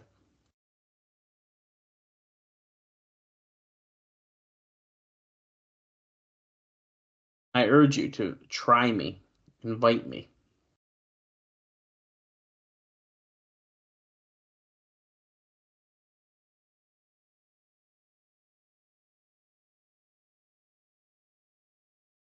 The back door is available 7 days a week, 24 hours.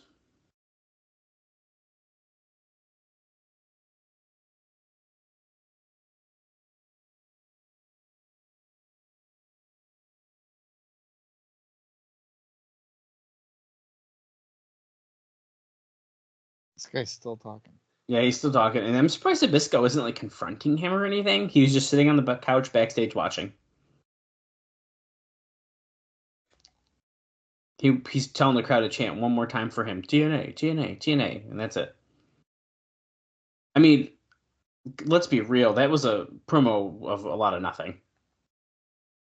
It was just like, I'm here to make people come and watch the shows. Okay. We're on a JB with Big Papa Pump backstage. He's got a DVD in his pants. He sure does. Assuming that's the best of Samoa Joe. Whoa, whoa, whoa. Don't you call that half-breed Samoa Joe? You call him for what he is. That fat bastard. Sloppy Joe. You call Sloppy Joe. You'll find out why I have the reputation that I do. From Sting to Goldberg to Triple H, Batista to John Cena, I beat them all. Who have you beaten, Mr. X Division?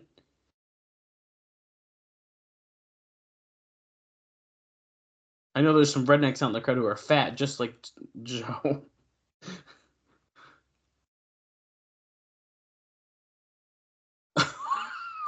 There's some rednecks watching this pay-per-view at home right now with the fat oozing over their belt line.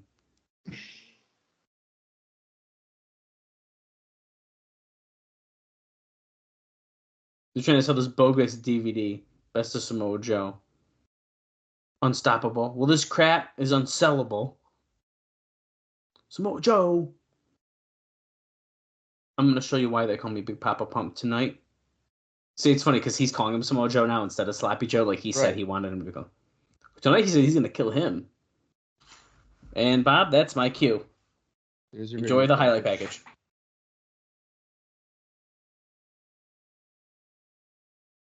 It's apparently the dream match that I had no idea was a dream match prior to watching it here. Joe wondering, who is Scott Steiner in his world? Steiner considers Joe to be a half-breed. He's going to beat him like a little bitch. Joe beats anybody's ass that's put in front of him. And we expect the same to be the case here for Scotty Steiner. Talk about my reputation. Reputations are earned, Samoa Joe. I have smashed Nash, Sting. He smashes them all because he's got the largest arms in the world, and he shows off his large vein in his arm, something that Samoa Joe doesn't have because he's a fat bastard. That's a quote from Scott Steiner. Steiner just spat on the ground, saying that's what he thinks of the undefeated streak for Samoa Joe. Which, I mean, is largely against X Division wrestlers who are all smaller than Samoa Joe. So that could be a valid statement.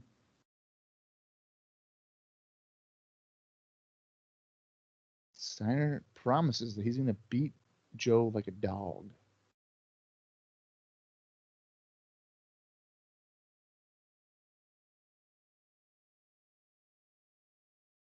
Joe is going to show Scott Steiner why he is pro wrestling. And here we go. Steiner, Samoa Joe, it's Slammiversary.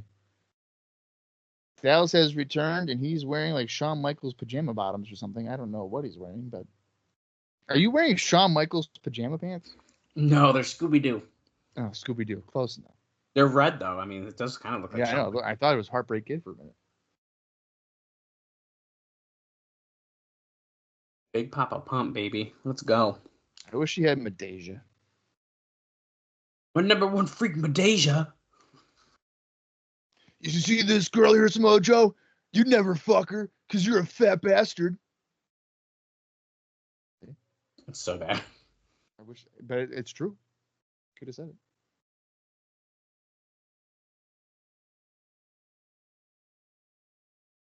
Oh, Biggest arms in the world, but the shortest fuse as well. TNA notes.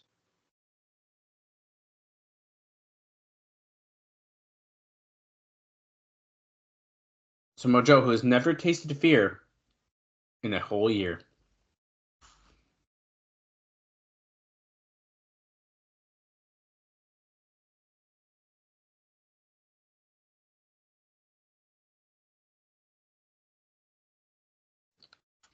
The X Division champion, the undefeated Samoan submission machine. So during the video package, Scott Steiner said like he didn't care about his undefeated streak, and I noted, that could be a fair statement because Samoa Joe's win streak has largely been against smaller opponents.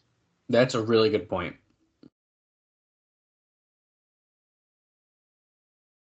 I mean, you have like, oh hey, Samoa Joe against Sanjay Dutt or Samoa Joe against Scott Steiner. I mean,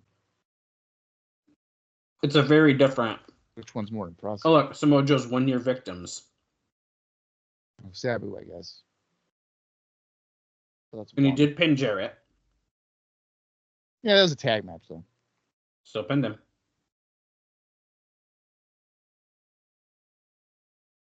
Well, you say it's a tag match, but it's Jarrett and Steiner in that tag match. Yeah. Pretty important.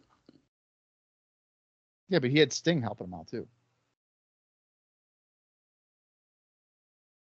Well, and they're saying that on commentary now. No one of Steiner's size or strength has tested Samoa Joe yet.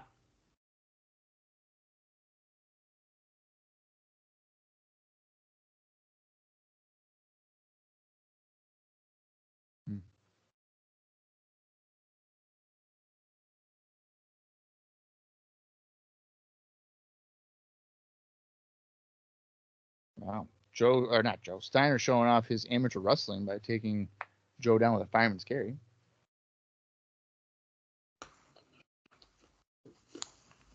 Anything is possible here.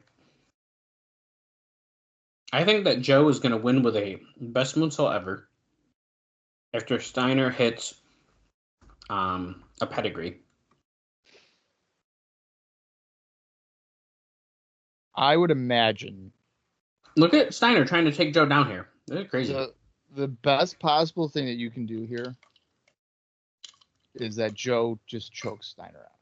There's no way. There's no way. That he chokes him out? I just don't see Steiner doing that. Steiner doesn't tap. He's unconscious. You just think pass out? Yes. Yeah.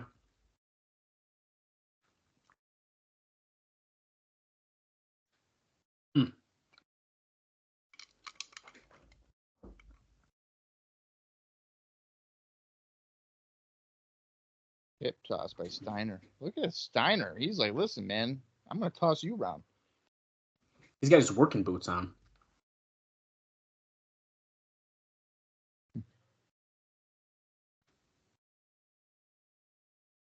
The ultimate dishonor.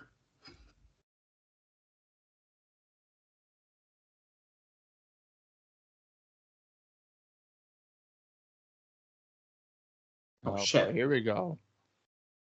Now they're beating the shit out of each other punches. Uh-oh. Oh, Joe hit him with some stiff kicks to the already dented in chest of Scott Steiner. Jesus. Big knee.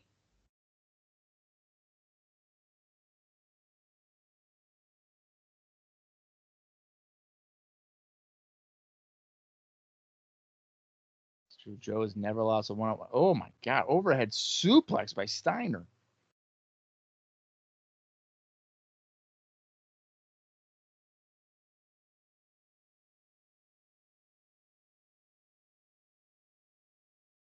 Crowd's loving it. Steiner choking Joe in the middle rope.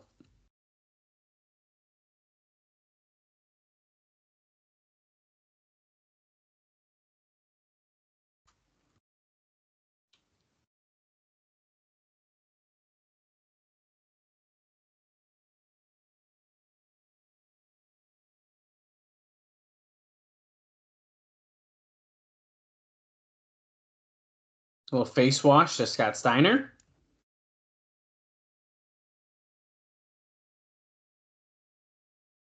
Ooh, Steiner slipped out, yeah. Uh-oh. Oh. Oh. Joe crashed to the floor. Yeah, he did. He hit Steiner and fell flat on the ground as Steiner went into the guardrail after Yeah. that suicide dive. I feel like on those things, Steiner should have his arms out to kind of catch Joe, but Joe just went right down on the ground.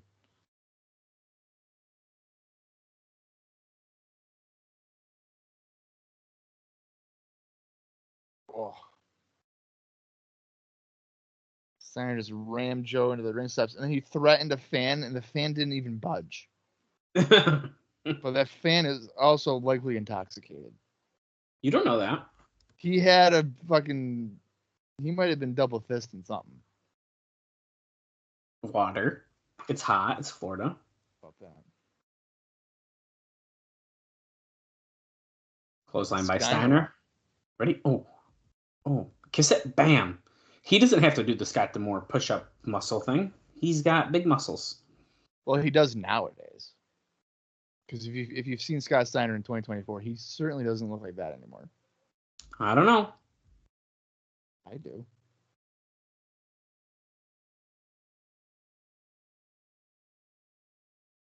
Steiner. Chops by Joe. Little eye poke. I love the casual eye poke. Yeah. Doop. Belly to belly. Steiner taking some notes from Shane Douglas. That's right. If you're following along, we got 47 and 58 seconds left. Well, King of the Mountain will be, with everything, a half hour. I would have to assume. We'll probably get a Christian Cage interview first. I'd have to assume. Interview the champion. Oh my God, Steiner just powerbombed Samoa Joe. Wait, the Joe triangle got choke. A triangle choke. Holy crap. I don't know if that's really locked in that good, but it's a triangle choke. No, it's not, but he just got powerbombed, so it makes sense. Joe's shoulders are down. Okay, he's good now. Steiner is fading.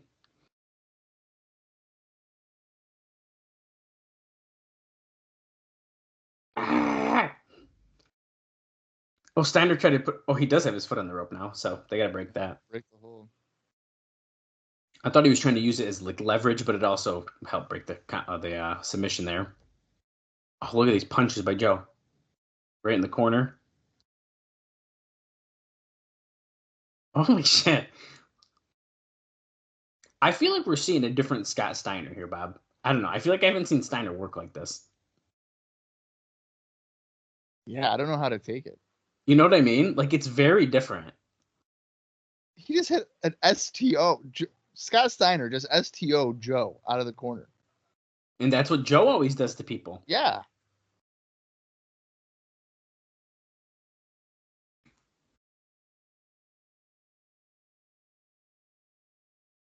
He knocks Joe off the apron to the floor.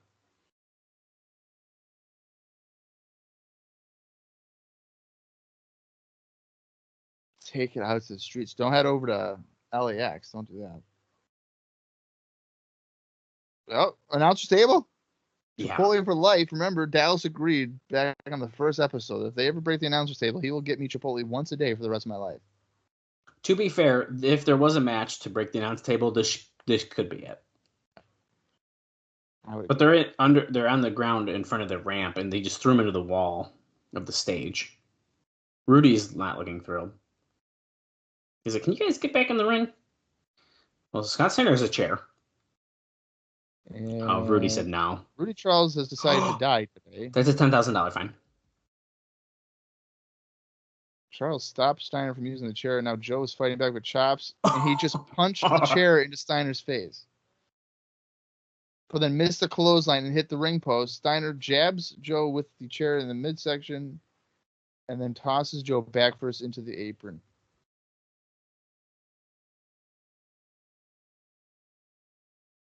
Oh! Holy shit, he just concertoed Joe between the ring and the post, essentially. Oh. Oh, thank God. I thought they were giving it a no contest. They're giving both wrestlers a 10 count to get in the ring. I got nervous too. I thought he was going to say that he's throwing the match out. So did I. But that's fair. He's like, okay, you guys are getting a little crazy. Let's get in the ring now. That's it. But Steiner hit another chair shot on Joe. He's just Rudy doesn't look happy to be letting this slide, but he is. Well, Rudy always looks kind of concerned. Well, that's true. That's just like a natural face expression. He's at 8. 9. And Joe got in. I can't believe it, Joe. I hit such an overdone thing. I thought it's funny because like as we've seen it a bunch, but I always thought that it was a more recent thing where they jump in and go crazy at 9, like because John Cena kept doing it so much and shit. John Cena, yeah, you would. But we're watching these and they do the same thing. Yeah. I feel like it's less frequent as it is nowadays, but. Well, I can't really think of a time when they've done that spot and then the person like doesn't get it in time. Well, yeah, like I feel like if you really want it to work out well, like at some point they've got to not make it at least once. Yeah. Joe just slammed Steiner down.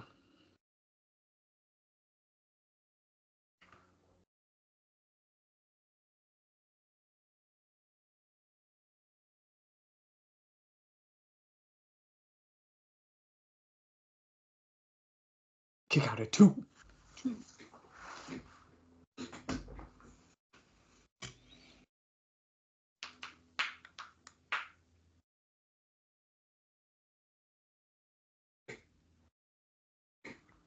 Let's go, Joe. Let's go. Both men back to their feet. Joe off the ropes. Tries to take out Steiner, but he is standing like a brick wall. Now they both go for the lariat. Oh, Steiner broke it up that time. He's off the rope. Joe ducks the clothesline. Oh, shit. Oh, shit. The coquina clutch. This is what he's gotten a lot of his victories with, but is Steiner going to pass out? He's fading. He's not going to tap. Have we ever seen him just get the choke on without? I don't know. That was very much like, oh, here he comes. Boom, locked it in.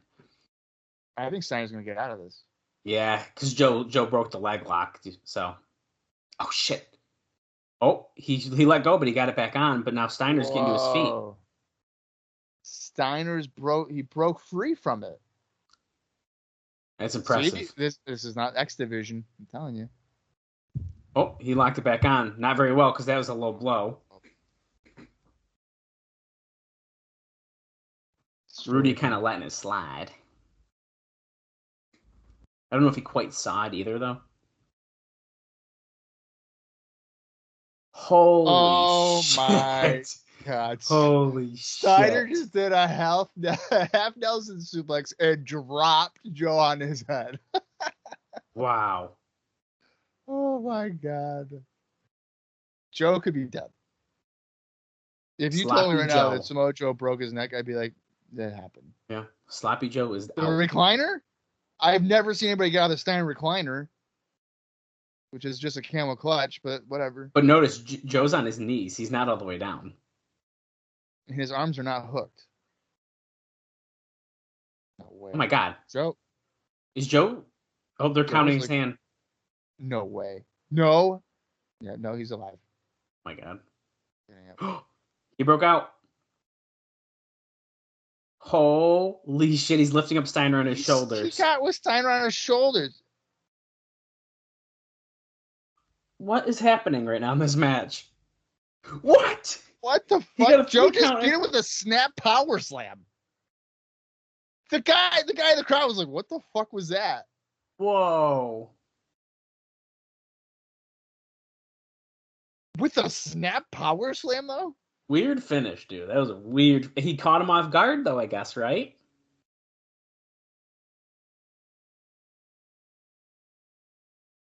The crowd, I feel like, is kind of shocked. I'm shocked. With a snap power slam? What? What? I really like that match, though. That was good. That was good. I like that, I think, way more than I expected. That was good. I'd give that 3.25, 3.5. I was thinking that, too. I was literally about to say, like, 3.5. All right, let's see what Jake Ziegler gave it. I think that was, for a Scott Steiner match especially, blew away my expectation. He gave it 3.5. I like this guy. We're very aligned with our idea of what matches are. Except the Rhino and Bobby Roode one, but that's okay. Yeah, that one was but not good. We're at 38 minutes and 48 seconds left in the show, and we are preparing for King of the Mountain. I saw them rolling the shark cage out.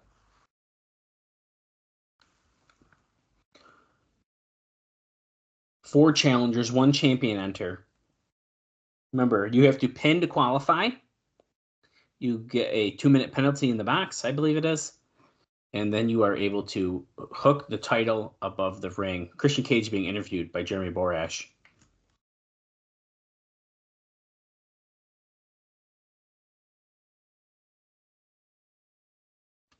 Oh, you were right about Christian getting an interview. I just had a feeling. Oh, happy Slammiversary.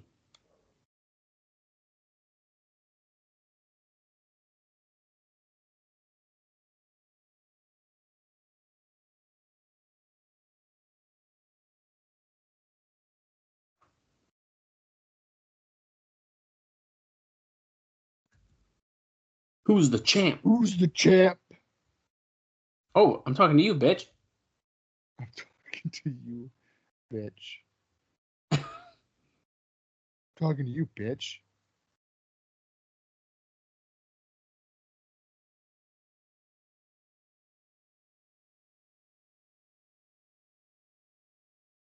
You did 51 dimes if you had a dime for every time you heard that over the past few weeks.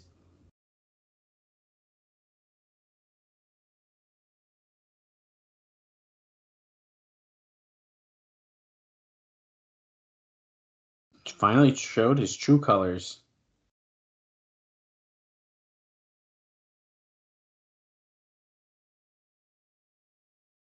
Once you've had the NWA World Title, you can't live without it. It's like a drug. Christian's talking like a bad guy, I think. I feel like I think that seems to be the vibe here.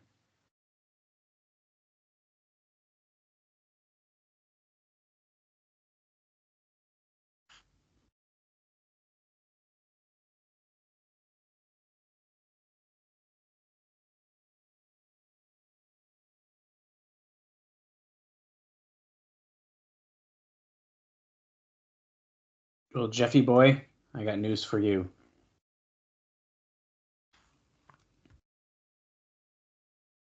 Oh, TNA became his property when he came in. Interesting. Okay.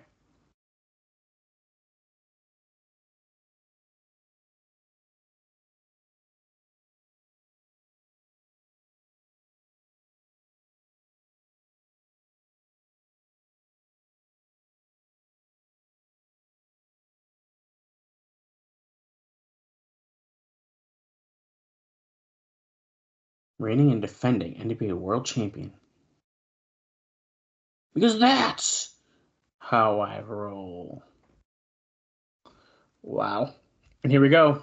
King of the Mountain highlight package. 5 egos going in, 5 guys going in. 5 men enter, 1 man leaves.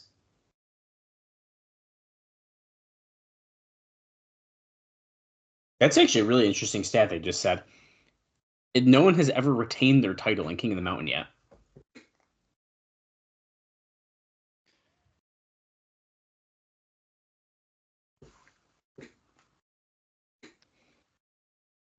My guess is that there's going to be a 6.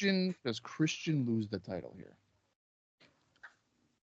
If he does, it's like the question of who to who.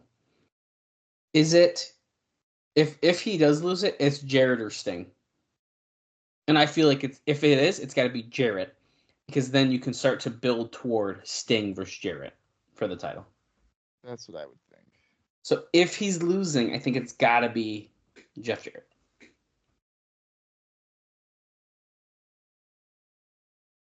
Because I think, unfortunately, at this point, like leading up to this show, I don't think it's gonna be Abyss.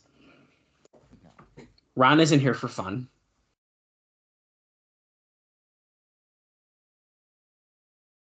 I feel like Jarrett's got to be the favorite to win, and then, like you said, the build would be then Jarrett and Sting. Right. There's no way that Sting would win here. I can't imagine that.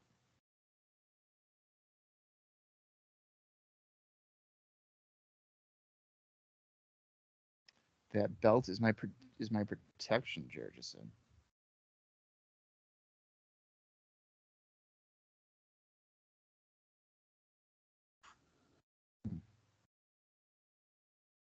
Every time I'd step foot in that ring,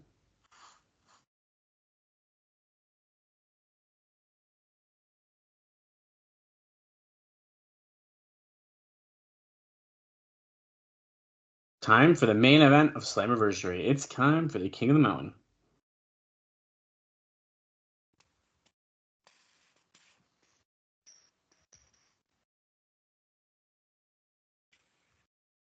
Oh, fuck.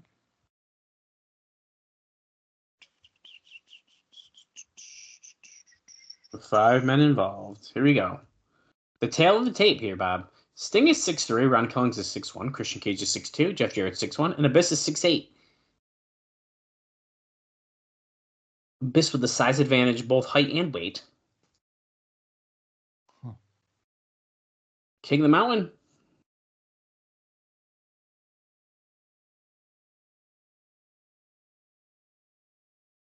Balls False count count. anywhere. It's very important to note.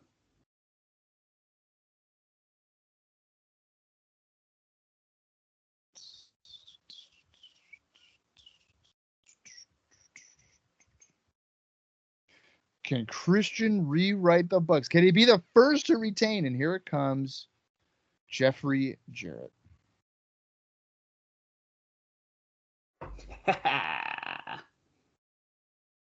My world.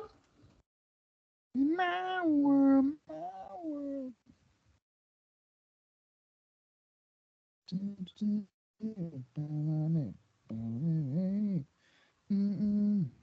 I'm surprised he's getting the first entrance. I would have thought that'd be Ron. No, dude. King of the Mountain.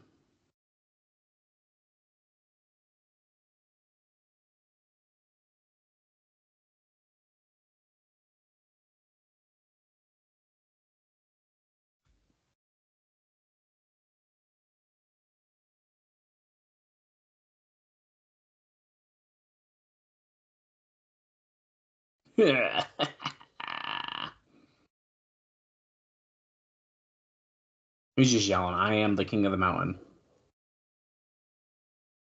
What's up? What's up? What's up? What's up? What's up?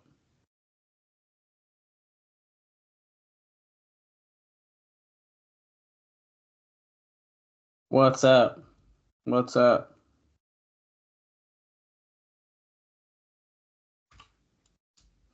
What's up? What's up? Larry Zbysko's here, which is kind of interesting because we have a new face of TNA, but he can't really walk right now, so that's probably why he's not there.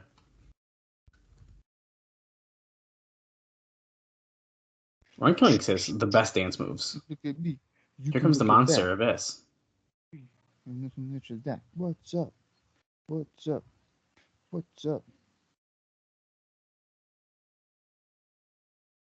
He's never been the NWA champion. Technically, 2 people in this match have never been an NWA champion, right? Sting never was he? He was. Oh, he was? Yeah, because when he beat Flair at Great American Bash, that's the NWA? That's NWA. Okay. So Abyss is the only... That's what I wasn't sure about. I didn't know if it technically was or not, but you might be right. I don't. You know what? I'm taking that back. I don't think it was this title though. Well, yeah, but if it was the NWA champion, that doesn't matter. It's still the NWA champion. Just because it's not the same title. Unless there's different lineage, then it's different. I'm gonna look it up. Well, here comes the Stinger. Because I don't ever remember him. Like, I don't know, like him like lifting the title up. I don't think it's that belt. Oh, okay, this is gonna be. Why did I click on the wrong thing? Okay, I found it. Yeah, damn it. Title history. He's an icon. He's a legend. He's Sting. So, yeah, no, I guess it is that lineage. Okay. So Yeah, this 'cause is when the he- only non-former NWA champion in the match. He's who? Abyss. That's right. Did I say the wrong thing? I might have.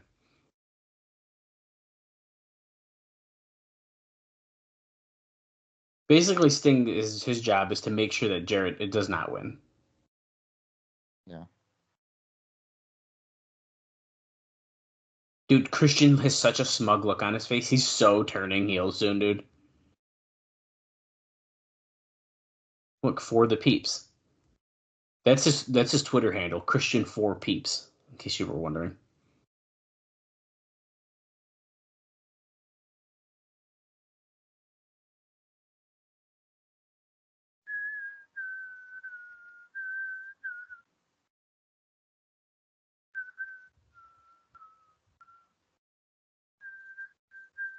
Here comes Christian, the champion, making his way down to the ring.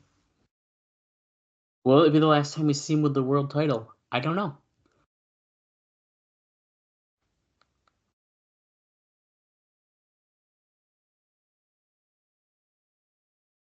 He's wearing some pretty cool gear. Gold, shiny gold and red. And let's see. Yeah, he's got red and gold tights on as well. Jarrett's already like on the ladder for some reason. He's trying to win. He's trying to get as much of a. Well, wait a minute. He's got to pin somebody. So if I would get the guitar, smash somebody over the head with it. 1, 2, 3. Climb the ladder that's already set up in the ring. Right. And then you win the belt. Okay. Is Monty Brown about to come out here and help him? And do what? Is Monty Brown going to come out here and help Jarrett win? No, I don't think we're going to see Monty Brown. Just like we're not going to see Raven. Some weird people not on the show. Definitely not going to see Raven. That's pretty obvious. Well, originally it was like him and Zbyszko were going to have their hair versus hair match. Then it turned into, okay, Raven's not wrestling, but he's definitely going to appear on the show in some capacity. And he did not. And I just don't see why he would appear in this match. JB is doing boxing introductions now. The holder of the belts and the keeper of the cage, Larry Zbyszko. So, Earl Hebner's here.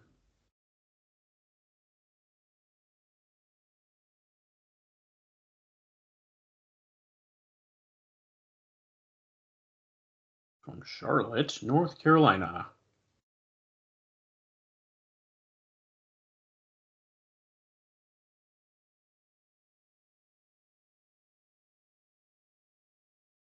Okay, so he's doing to everyone. Ron gets his first one. What's up?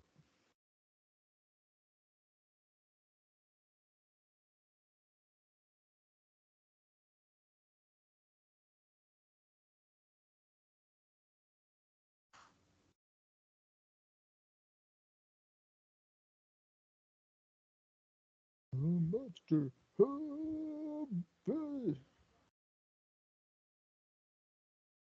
The Monster.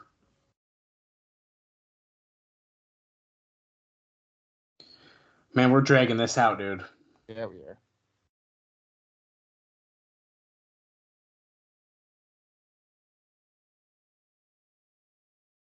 This is Sting.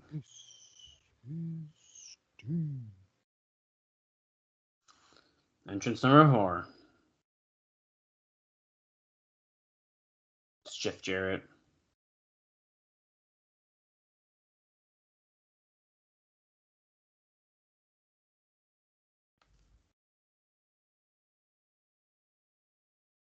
Self-proclaimed King of the Mountain.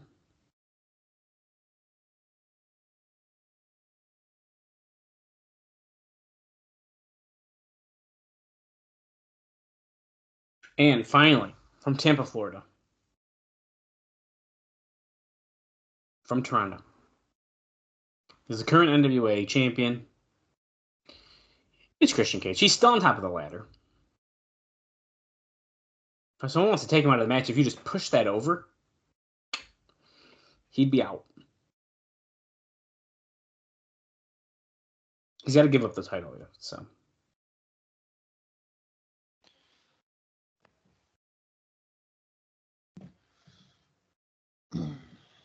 Kissing the belt, gives it to Larry Zbyszko.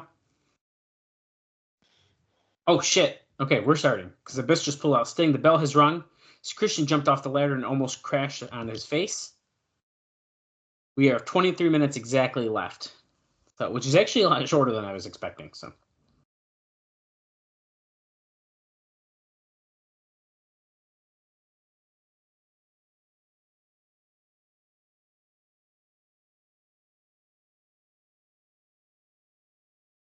Little corkscrew by Ron Killings. Abyss and Sting are fighting. This is going to be absolute mayhem. Well, probably. If Sting and Abyss keep this up, I think there's only one thing that they can do to stop it, and they need to read them their last rites and just put an end to it. Okay. Killings with a super kick, taking out Christian Cage. As Abyss and Sting fight around ringside.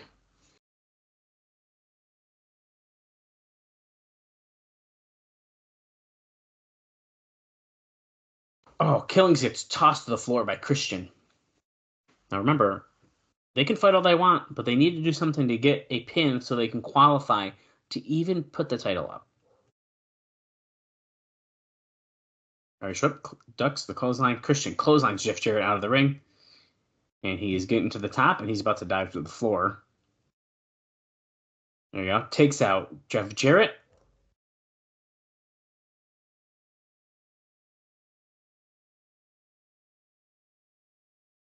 This getting double teamed by Sting and Ron Killings.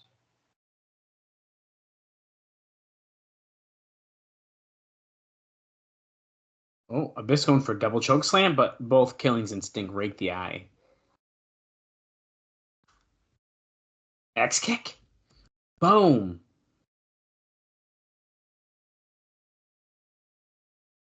Killing and Stings do not want to fight each other. They're buddies. See? Look at them. They're your pals. They're like, we can't fight each Friendship. other. He's like, yeah, let's dive. Do the dive thing. And he does. He calls for it. And Killings dives to take out Christian Abyss and Jeff Jarrett. Uh-oh. Oh my god, Sting's on top of the shark cage. Sorry, the penalty box. They're acting like it's higher than the top rope is, but it's not really. It's like shorter. It's literally lower than the top of the post. Well, than the top of the post, but to the rope, it's pretty much the same. Yeah, look at it. Actually, okay, it's about 2 inches taller if you want to get technical. We needed a new clip of someone jumping off the penalty box instead of Styles from the Asylum, so they probably made him do that. We cannot show Asylum footage anymore. So instead of the young talent, we'll put the old guy up there. And do it. They're already telling us there's tables set up around ringside, so. And ladders, of course. Drop kick by The Truth. Okay, Ron Killings is the first person who is qualified. He just pinned Jarrett after that dropkick from the top. He's eligible. And Jarrett now gets 2 minutes into the penalty box. Okay, there's two tables literally right there. He almost went through them.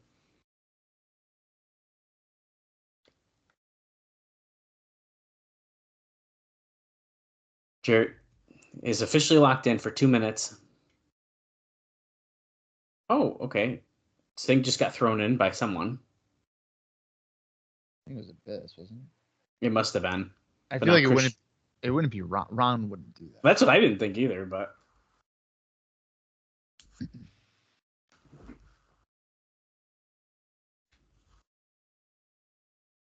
oh, slingshot there, the ladder into Ron Killing's face there. Christian got him, and now he's going to cover him. Oh, what the fuck? Abyss broke it up, which I guess makes sense. I was going to say, why are you bothering? But I get it. Yeah, because the less people eligible, the better, really. Yeah. It'd be like if this And there you was go. They're saying it on the commentary. Yeah, like if this was an elimination match, then like what are we doing? But yeah, you don't want everybody eligible for the title. No. Well, We'll there was one that there was somebody that was never eligible, right? I honestly can't remember. That might be accurate, though. I feel like there was. I can't remember. Oh, press slam by Abyss to Christian. Oh, through the tables, but no, he countered. Roll up. Christian Cage is now eligible. Right, and these Abyss pins to get the eligibility are pretty lame. Yeah, I mean, they're not really doing much. But see, Abyss is already back up, clotheslining him. So now, Abyss, you have to get into the... You got to get in the penalty box.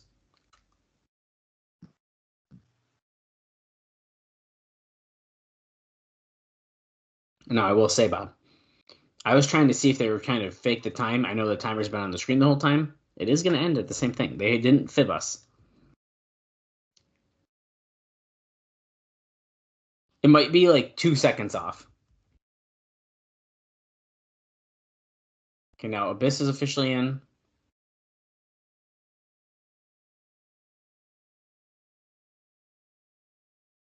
Jarrett and Christian now brawling ringside, throwing Christian against the guardrails as they walk around, and Sting and Ron Killings are fighting now. They were buddies. They have decided to no longer be. I still can't get over Ron. Just him being in it?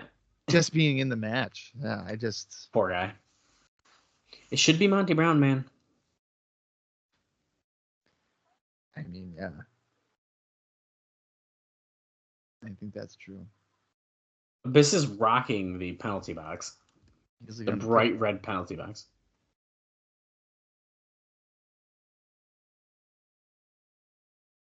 Big elbow drop by Sting. I'm sure he'll get a 3 count and be eligible after that. Jarrett is putting Christian inside of a ladder, and he's going to sandwich him, and it looks like. Sure did. Now he's stepping on the back, standing on it.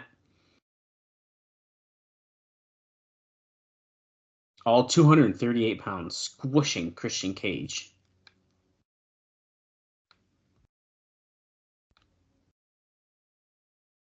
And Sting is choking Ron Killings in the ring here. Abyss has only 33 seconds remaining inside of the penalty box. Now Christian's being choked with the ladder.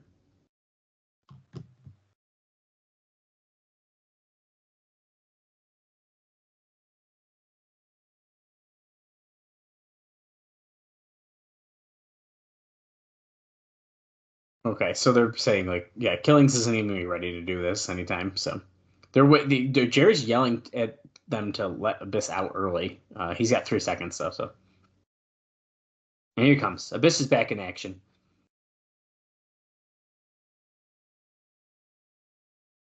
Yes, James Mitchell was next to the penalty box. He was plotting strategy while Abyss was in there, definitely.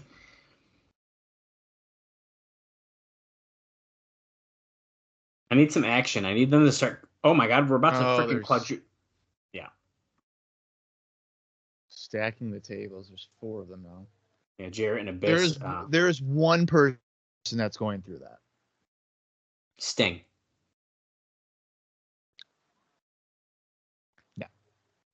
Jeff Hardy. Well, if he was in the match, yes. Jeff Jarrett. You are purposely avoiding the name of the man that's going. Christian Cage. Fucking Abyss, dude. Earl Come Hebner. on. There. Well, There's. oh shit. I don't Earl think. is the I don't referee. think Abyss is going through those. Ron Killings just did a flatliner on Jeff Jarrett. Sting is already exhausted. He's like, why am I doing this? Oh yeah, making a shit ton of money. Sounds good. Yeah, I work 12 times a year for $500,000. Stroke off the apron onto the guardrail to Oh. Ron Killings. Jarrett's about to get eligible here. 1, 2. 3. There you go. Killings in the penalty box, and Jeff Jarrett is officially eligible. That's 3 out of 5 contenders in the match. That could have ended Ron's career. I know. Jarrett's trying to plot with Abyss, but like we know how that's gonna go. He's gonna get hit with that black hole slam, baby. He'll turn on Abyss as soon as he fucking can. Christian sends Jarrett into the crowd.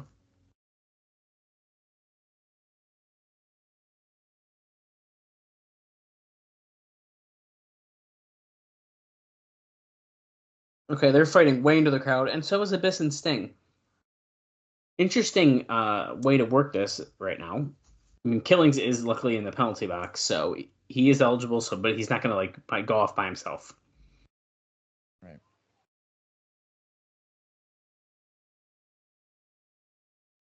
Oh shit! Sting just got a chair out of the crowd and hit Abyss over the head with it. As Christian is wrenching at the face of Jarrett in the crowd.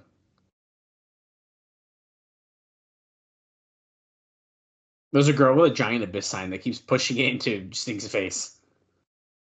The audience there, they can make some good signs, like drawing wise.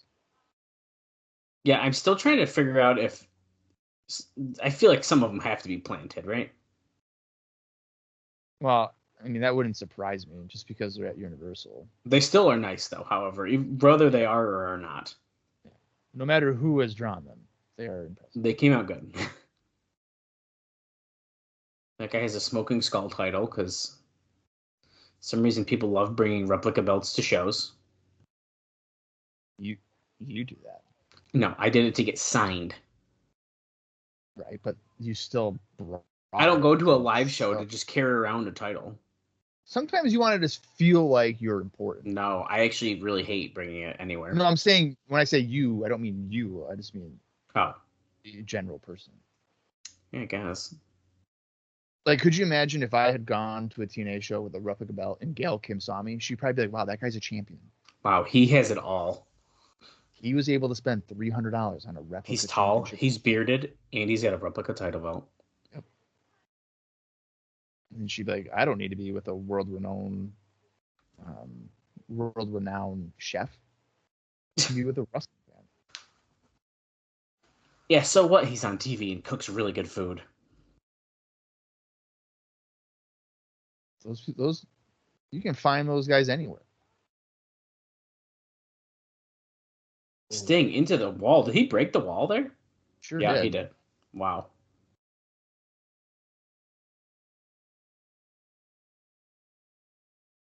That's going to leave a mark. I believe, is Ron out yet? He should be close to it because when I last saw the countdown, I think it's still like 15 seconds or something. Oh, no, he is out because they're saying, oh, yeah, he's setting up a ladder. And he is eligible because he pinned Jeff Right. very quickly.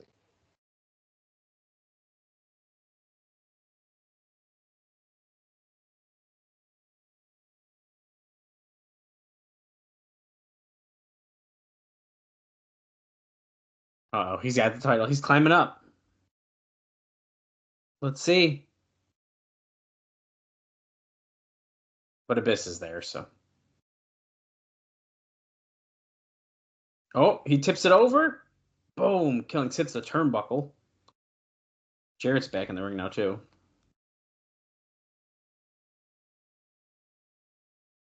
Everyone stopped what they were doing when they realized what truth was. If Ron had won the title, I would have died.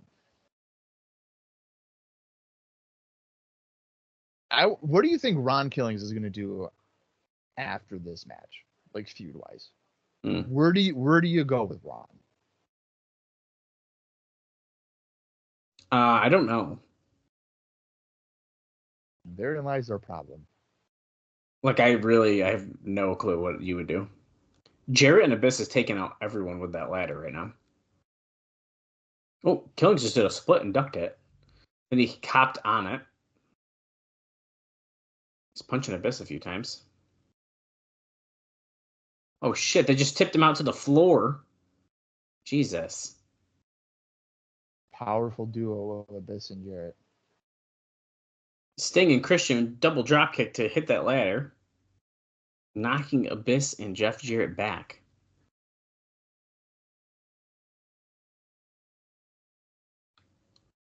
Now Jarrett's being sandwiched into the ladder.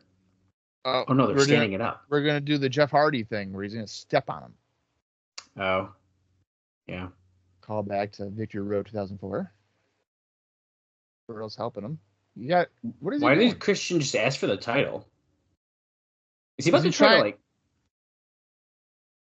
What the fuck? He's climbing on the inside of it. No, he's pretty far away. Does he not realize how wide his legs would be spread to climb that way?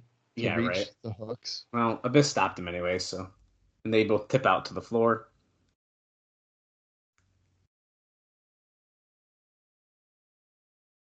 Everyone is down right now. No one is up.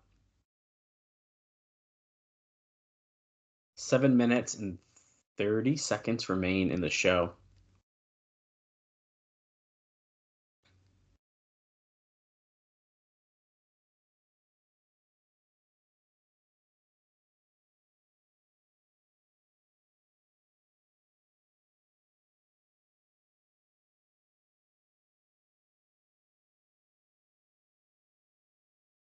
That's right. There are some people not qualified still.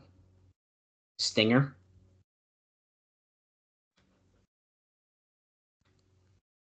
Did they say Abyss? It's Abyss and Sting not qualified? Who did Christian pin? Christian pinned... All right, hold on. Ron rolled up Jarrett. Jarrett hit the stroke on Ron. Christian pinned Abyss.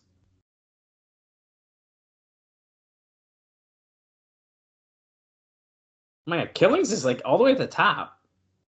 Oh shit. Okay, Abyss just pushed over the ladder and Killings just went to the floor from the top of the ladder. And then Abyss just whipped the ladder into Earl Hebner and Sting.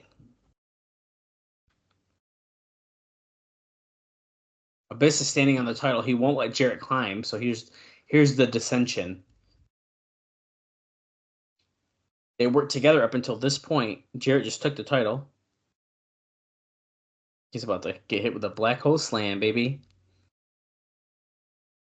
And yeah, boom, there you go.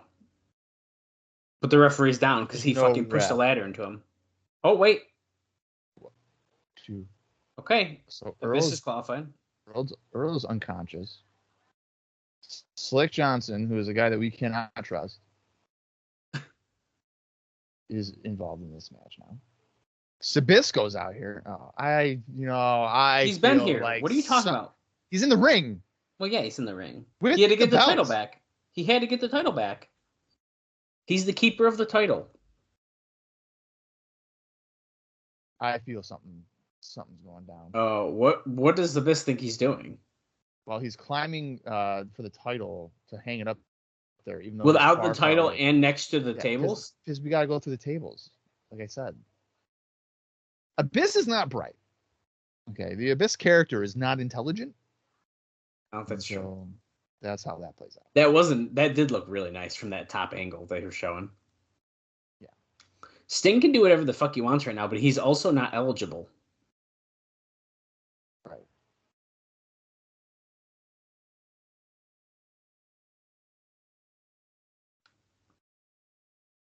Oh, they're talking.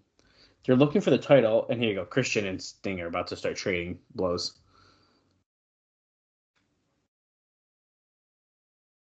Irish whip. Christian Cage is in the corner. Stinger splash. Yeah, he gets hit with it.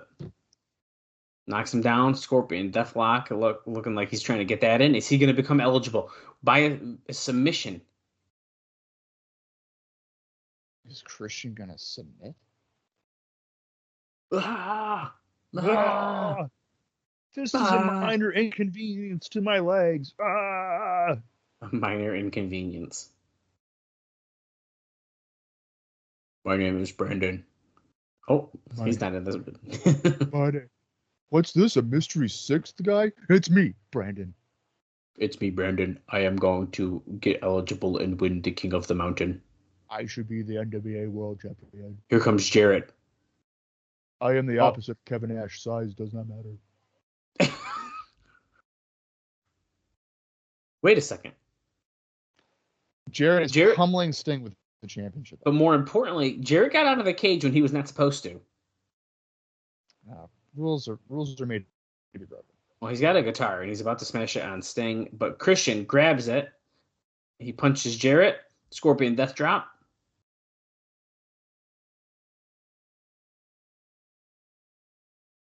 Okay, Sting has the belt in his hand, but guess what? He ain't eligible. He's not eligible, right? So he's got to pin Jeff or somebody. He's gonna hit Sting in the head with it and wait. Oh, he's telling Christian to go win the belt, win the match. Sabisco just low blowed Christian. What?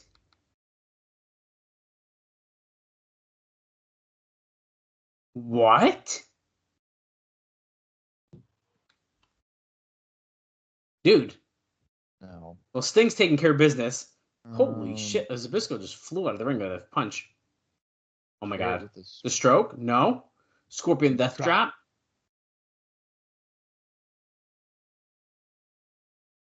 He's acting like he just hit his head on the back of his head on a chair when he did it, but he's going for the cover. Where's the other referee?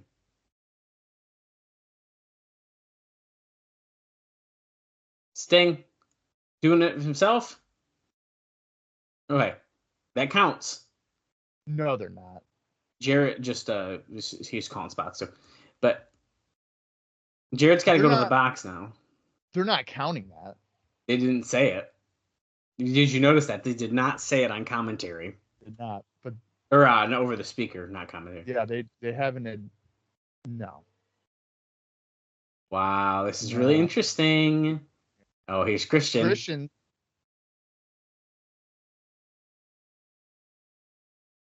Christian is trying to take the title, yeah.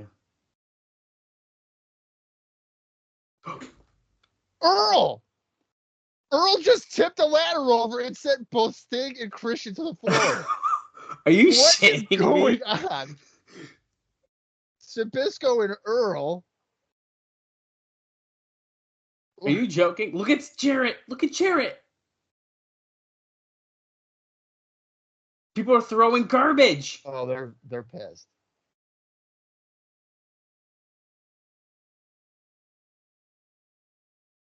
Wow, Jarrett is the winner, and trash is being thrown into the ring.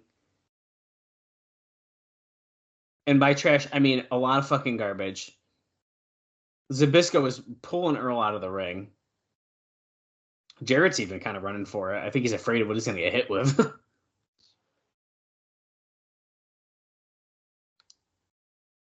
Wait. Rudy just grabbed the title and ran and gave it to Jim Cornette.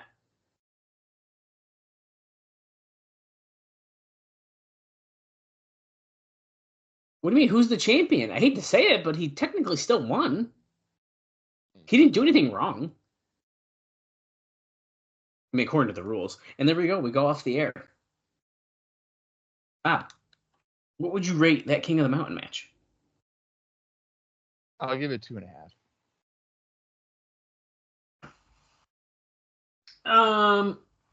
Yeah, I agree. I'm with you. And I say that because I feel like there's a lot of downtime in it. Oh my god, he gave it 1. Whoa. I don't think it was that bad. Although, is it because of Jarrett winning?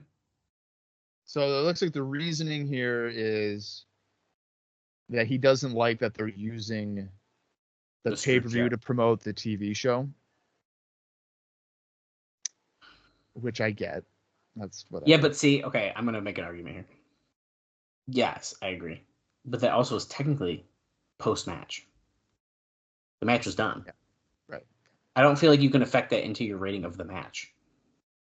Yeah, no, I agree. He says the match was okay enough, which to me is like 2.5. But when the overbooking with Zbyszko and Hebner kicked in, it took a nosedive. Yeah, I mean, I see what he means, but like I don't know if it was that bad. No, but this is clearly setting up a showdown between Jarrett and Sting. I mean, it has to. Right, and it kind of seems like we got a Zbyszko, Earl, Jarrett against Jim Cornette and I guess whoever he wants on his side kind of deal. Yes. Well, overall, what do we think of Slammiversary 2006? I'm going to give it a thumbs up. Yeah, I definitely am giving it a thumbs up. This was such a significantly better show than Sacrifice. It's insane. But we kind of expected that. Lockdown was really good. We kind of thought Slammiversary was going to be really good, and we kind of knew Sacrifice was kind of in the middle of two of their arguably best shows of the year. So, what do you kind of expect? I think this was a really good show. The only downer for me was that Rhino versus the Team Canada situation. Besides that, I really enjoyed actually everything else on the show. And the Jim Cornette promo, but that's not a match, so we'll ignore that. We'll ignore it. So yeah. No, I definitely gonna get a thumbs up. And I don't mind promoting your TV show because now we don't know what to expect on Impact. What is going to be the judgment? What is going to happen? Yeah, I don't fully hate that either. It adds intrigue to it. You know what I mean? I mean, we technically got to finish. We did. I mean, they pretended that they're like, who's the champion? But like, he technically is the champion, and because it's King of the Mountain, there's not really a lot of rules. Yeah. He technically didn't do anything wrong, so he is the champion. I don't know. Yeah. It's kind of interesting. I'm definitely curious to see what's going to happen on Impact. And as always, we will do our breakdown with the Wrestling Observer newsletter and see what Dave Meltzer thought about it as well, which is always interesting to see. Yeah, no, I'm looking forward to see what Dave said. I'll have to talk to Brett and let him know that Slammiversary 2006 is far better than Sacrifice. Yeah. Knowing him, he'll probably already tell me that before I even bring it up. So, all right, but join us for our next show, Impact, the fallout of Slammiversary, and maybe the reign of terror for Jeff Jarrett is going to be rebooted. Only time will tell. So until next week, for Dallas Gridley, I'm Bob Colling Jr., and this has been the TNA Across the Line podcast.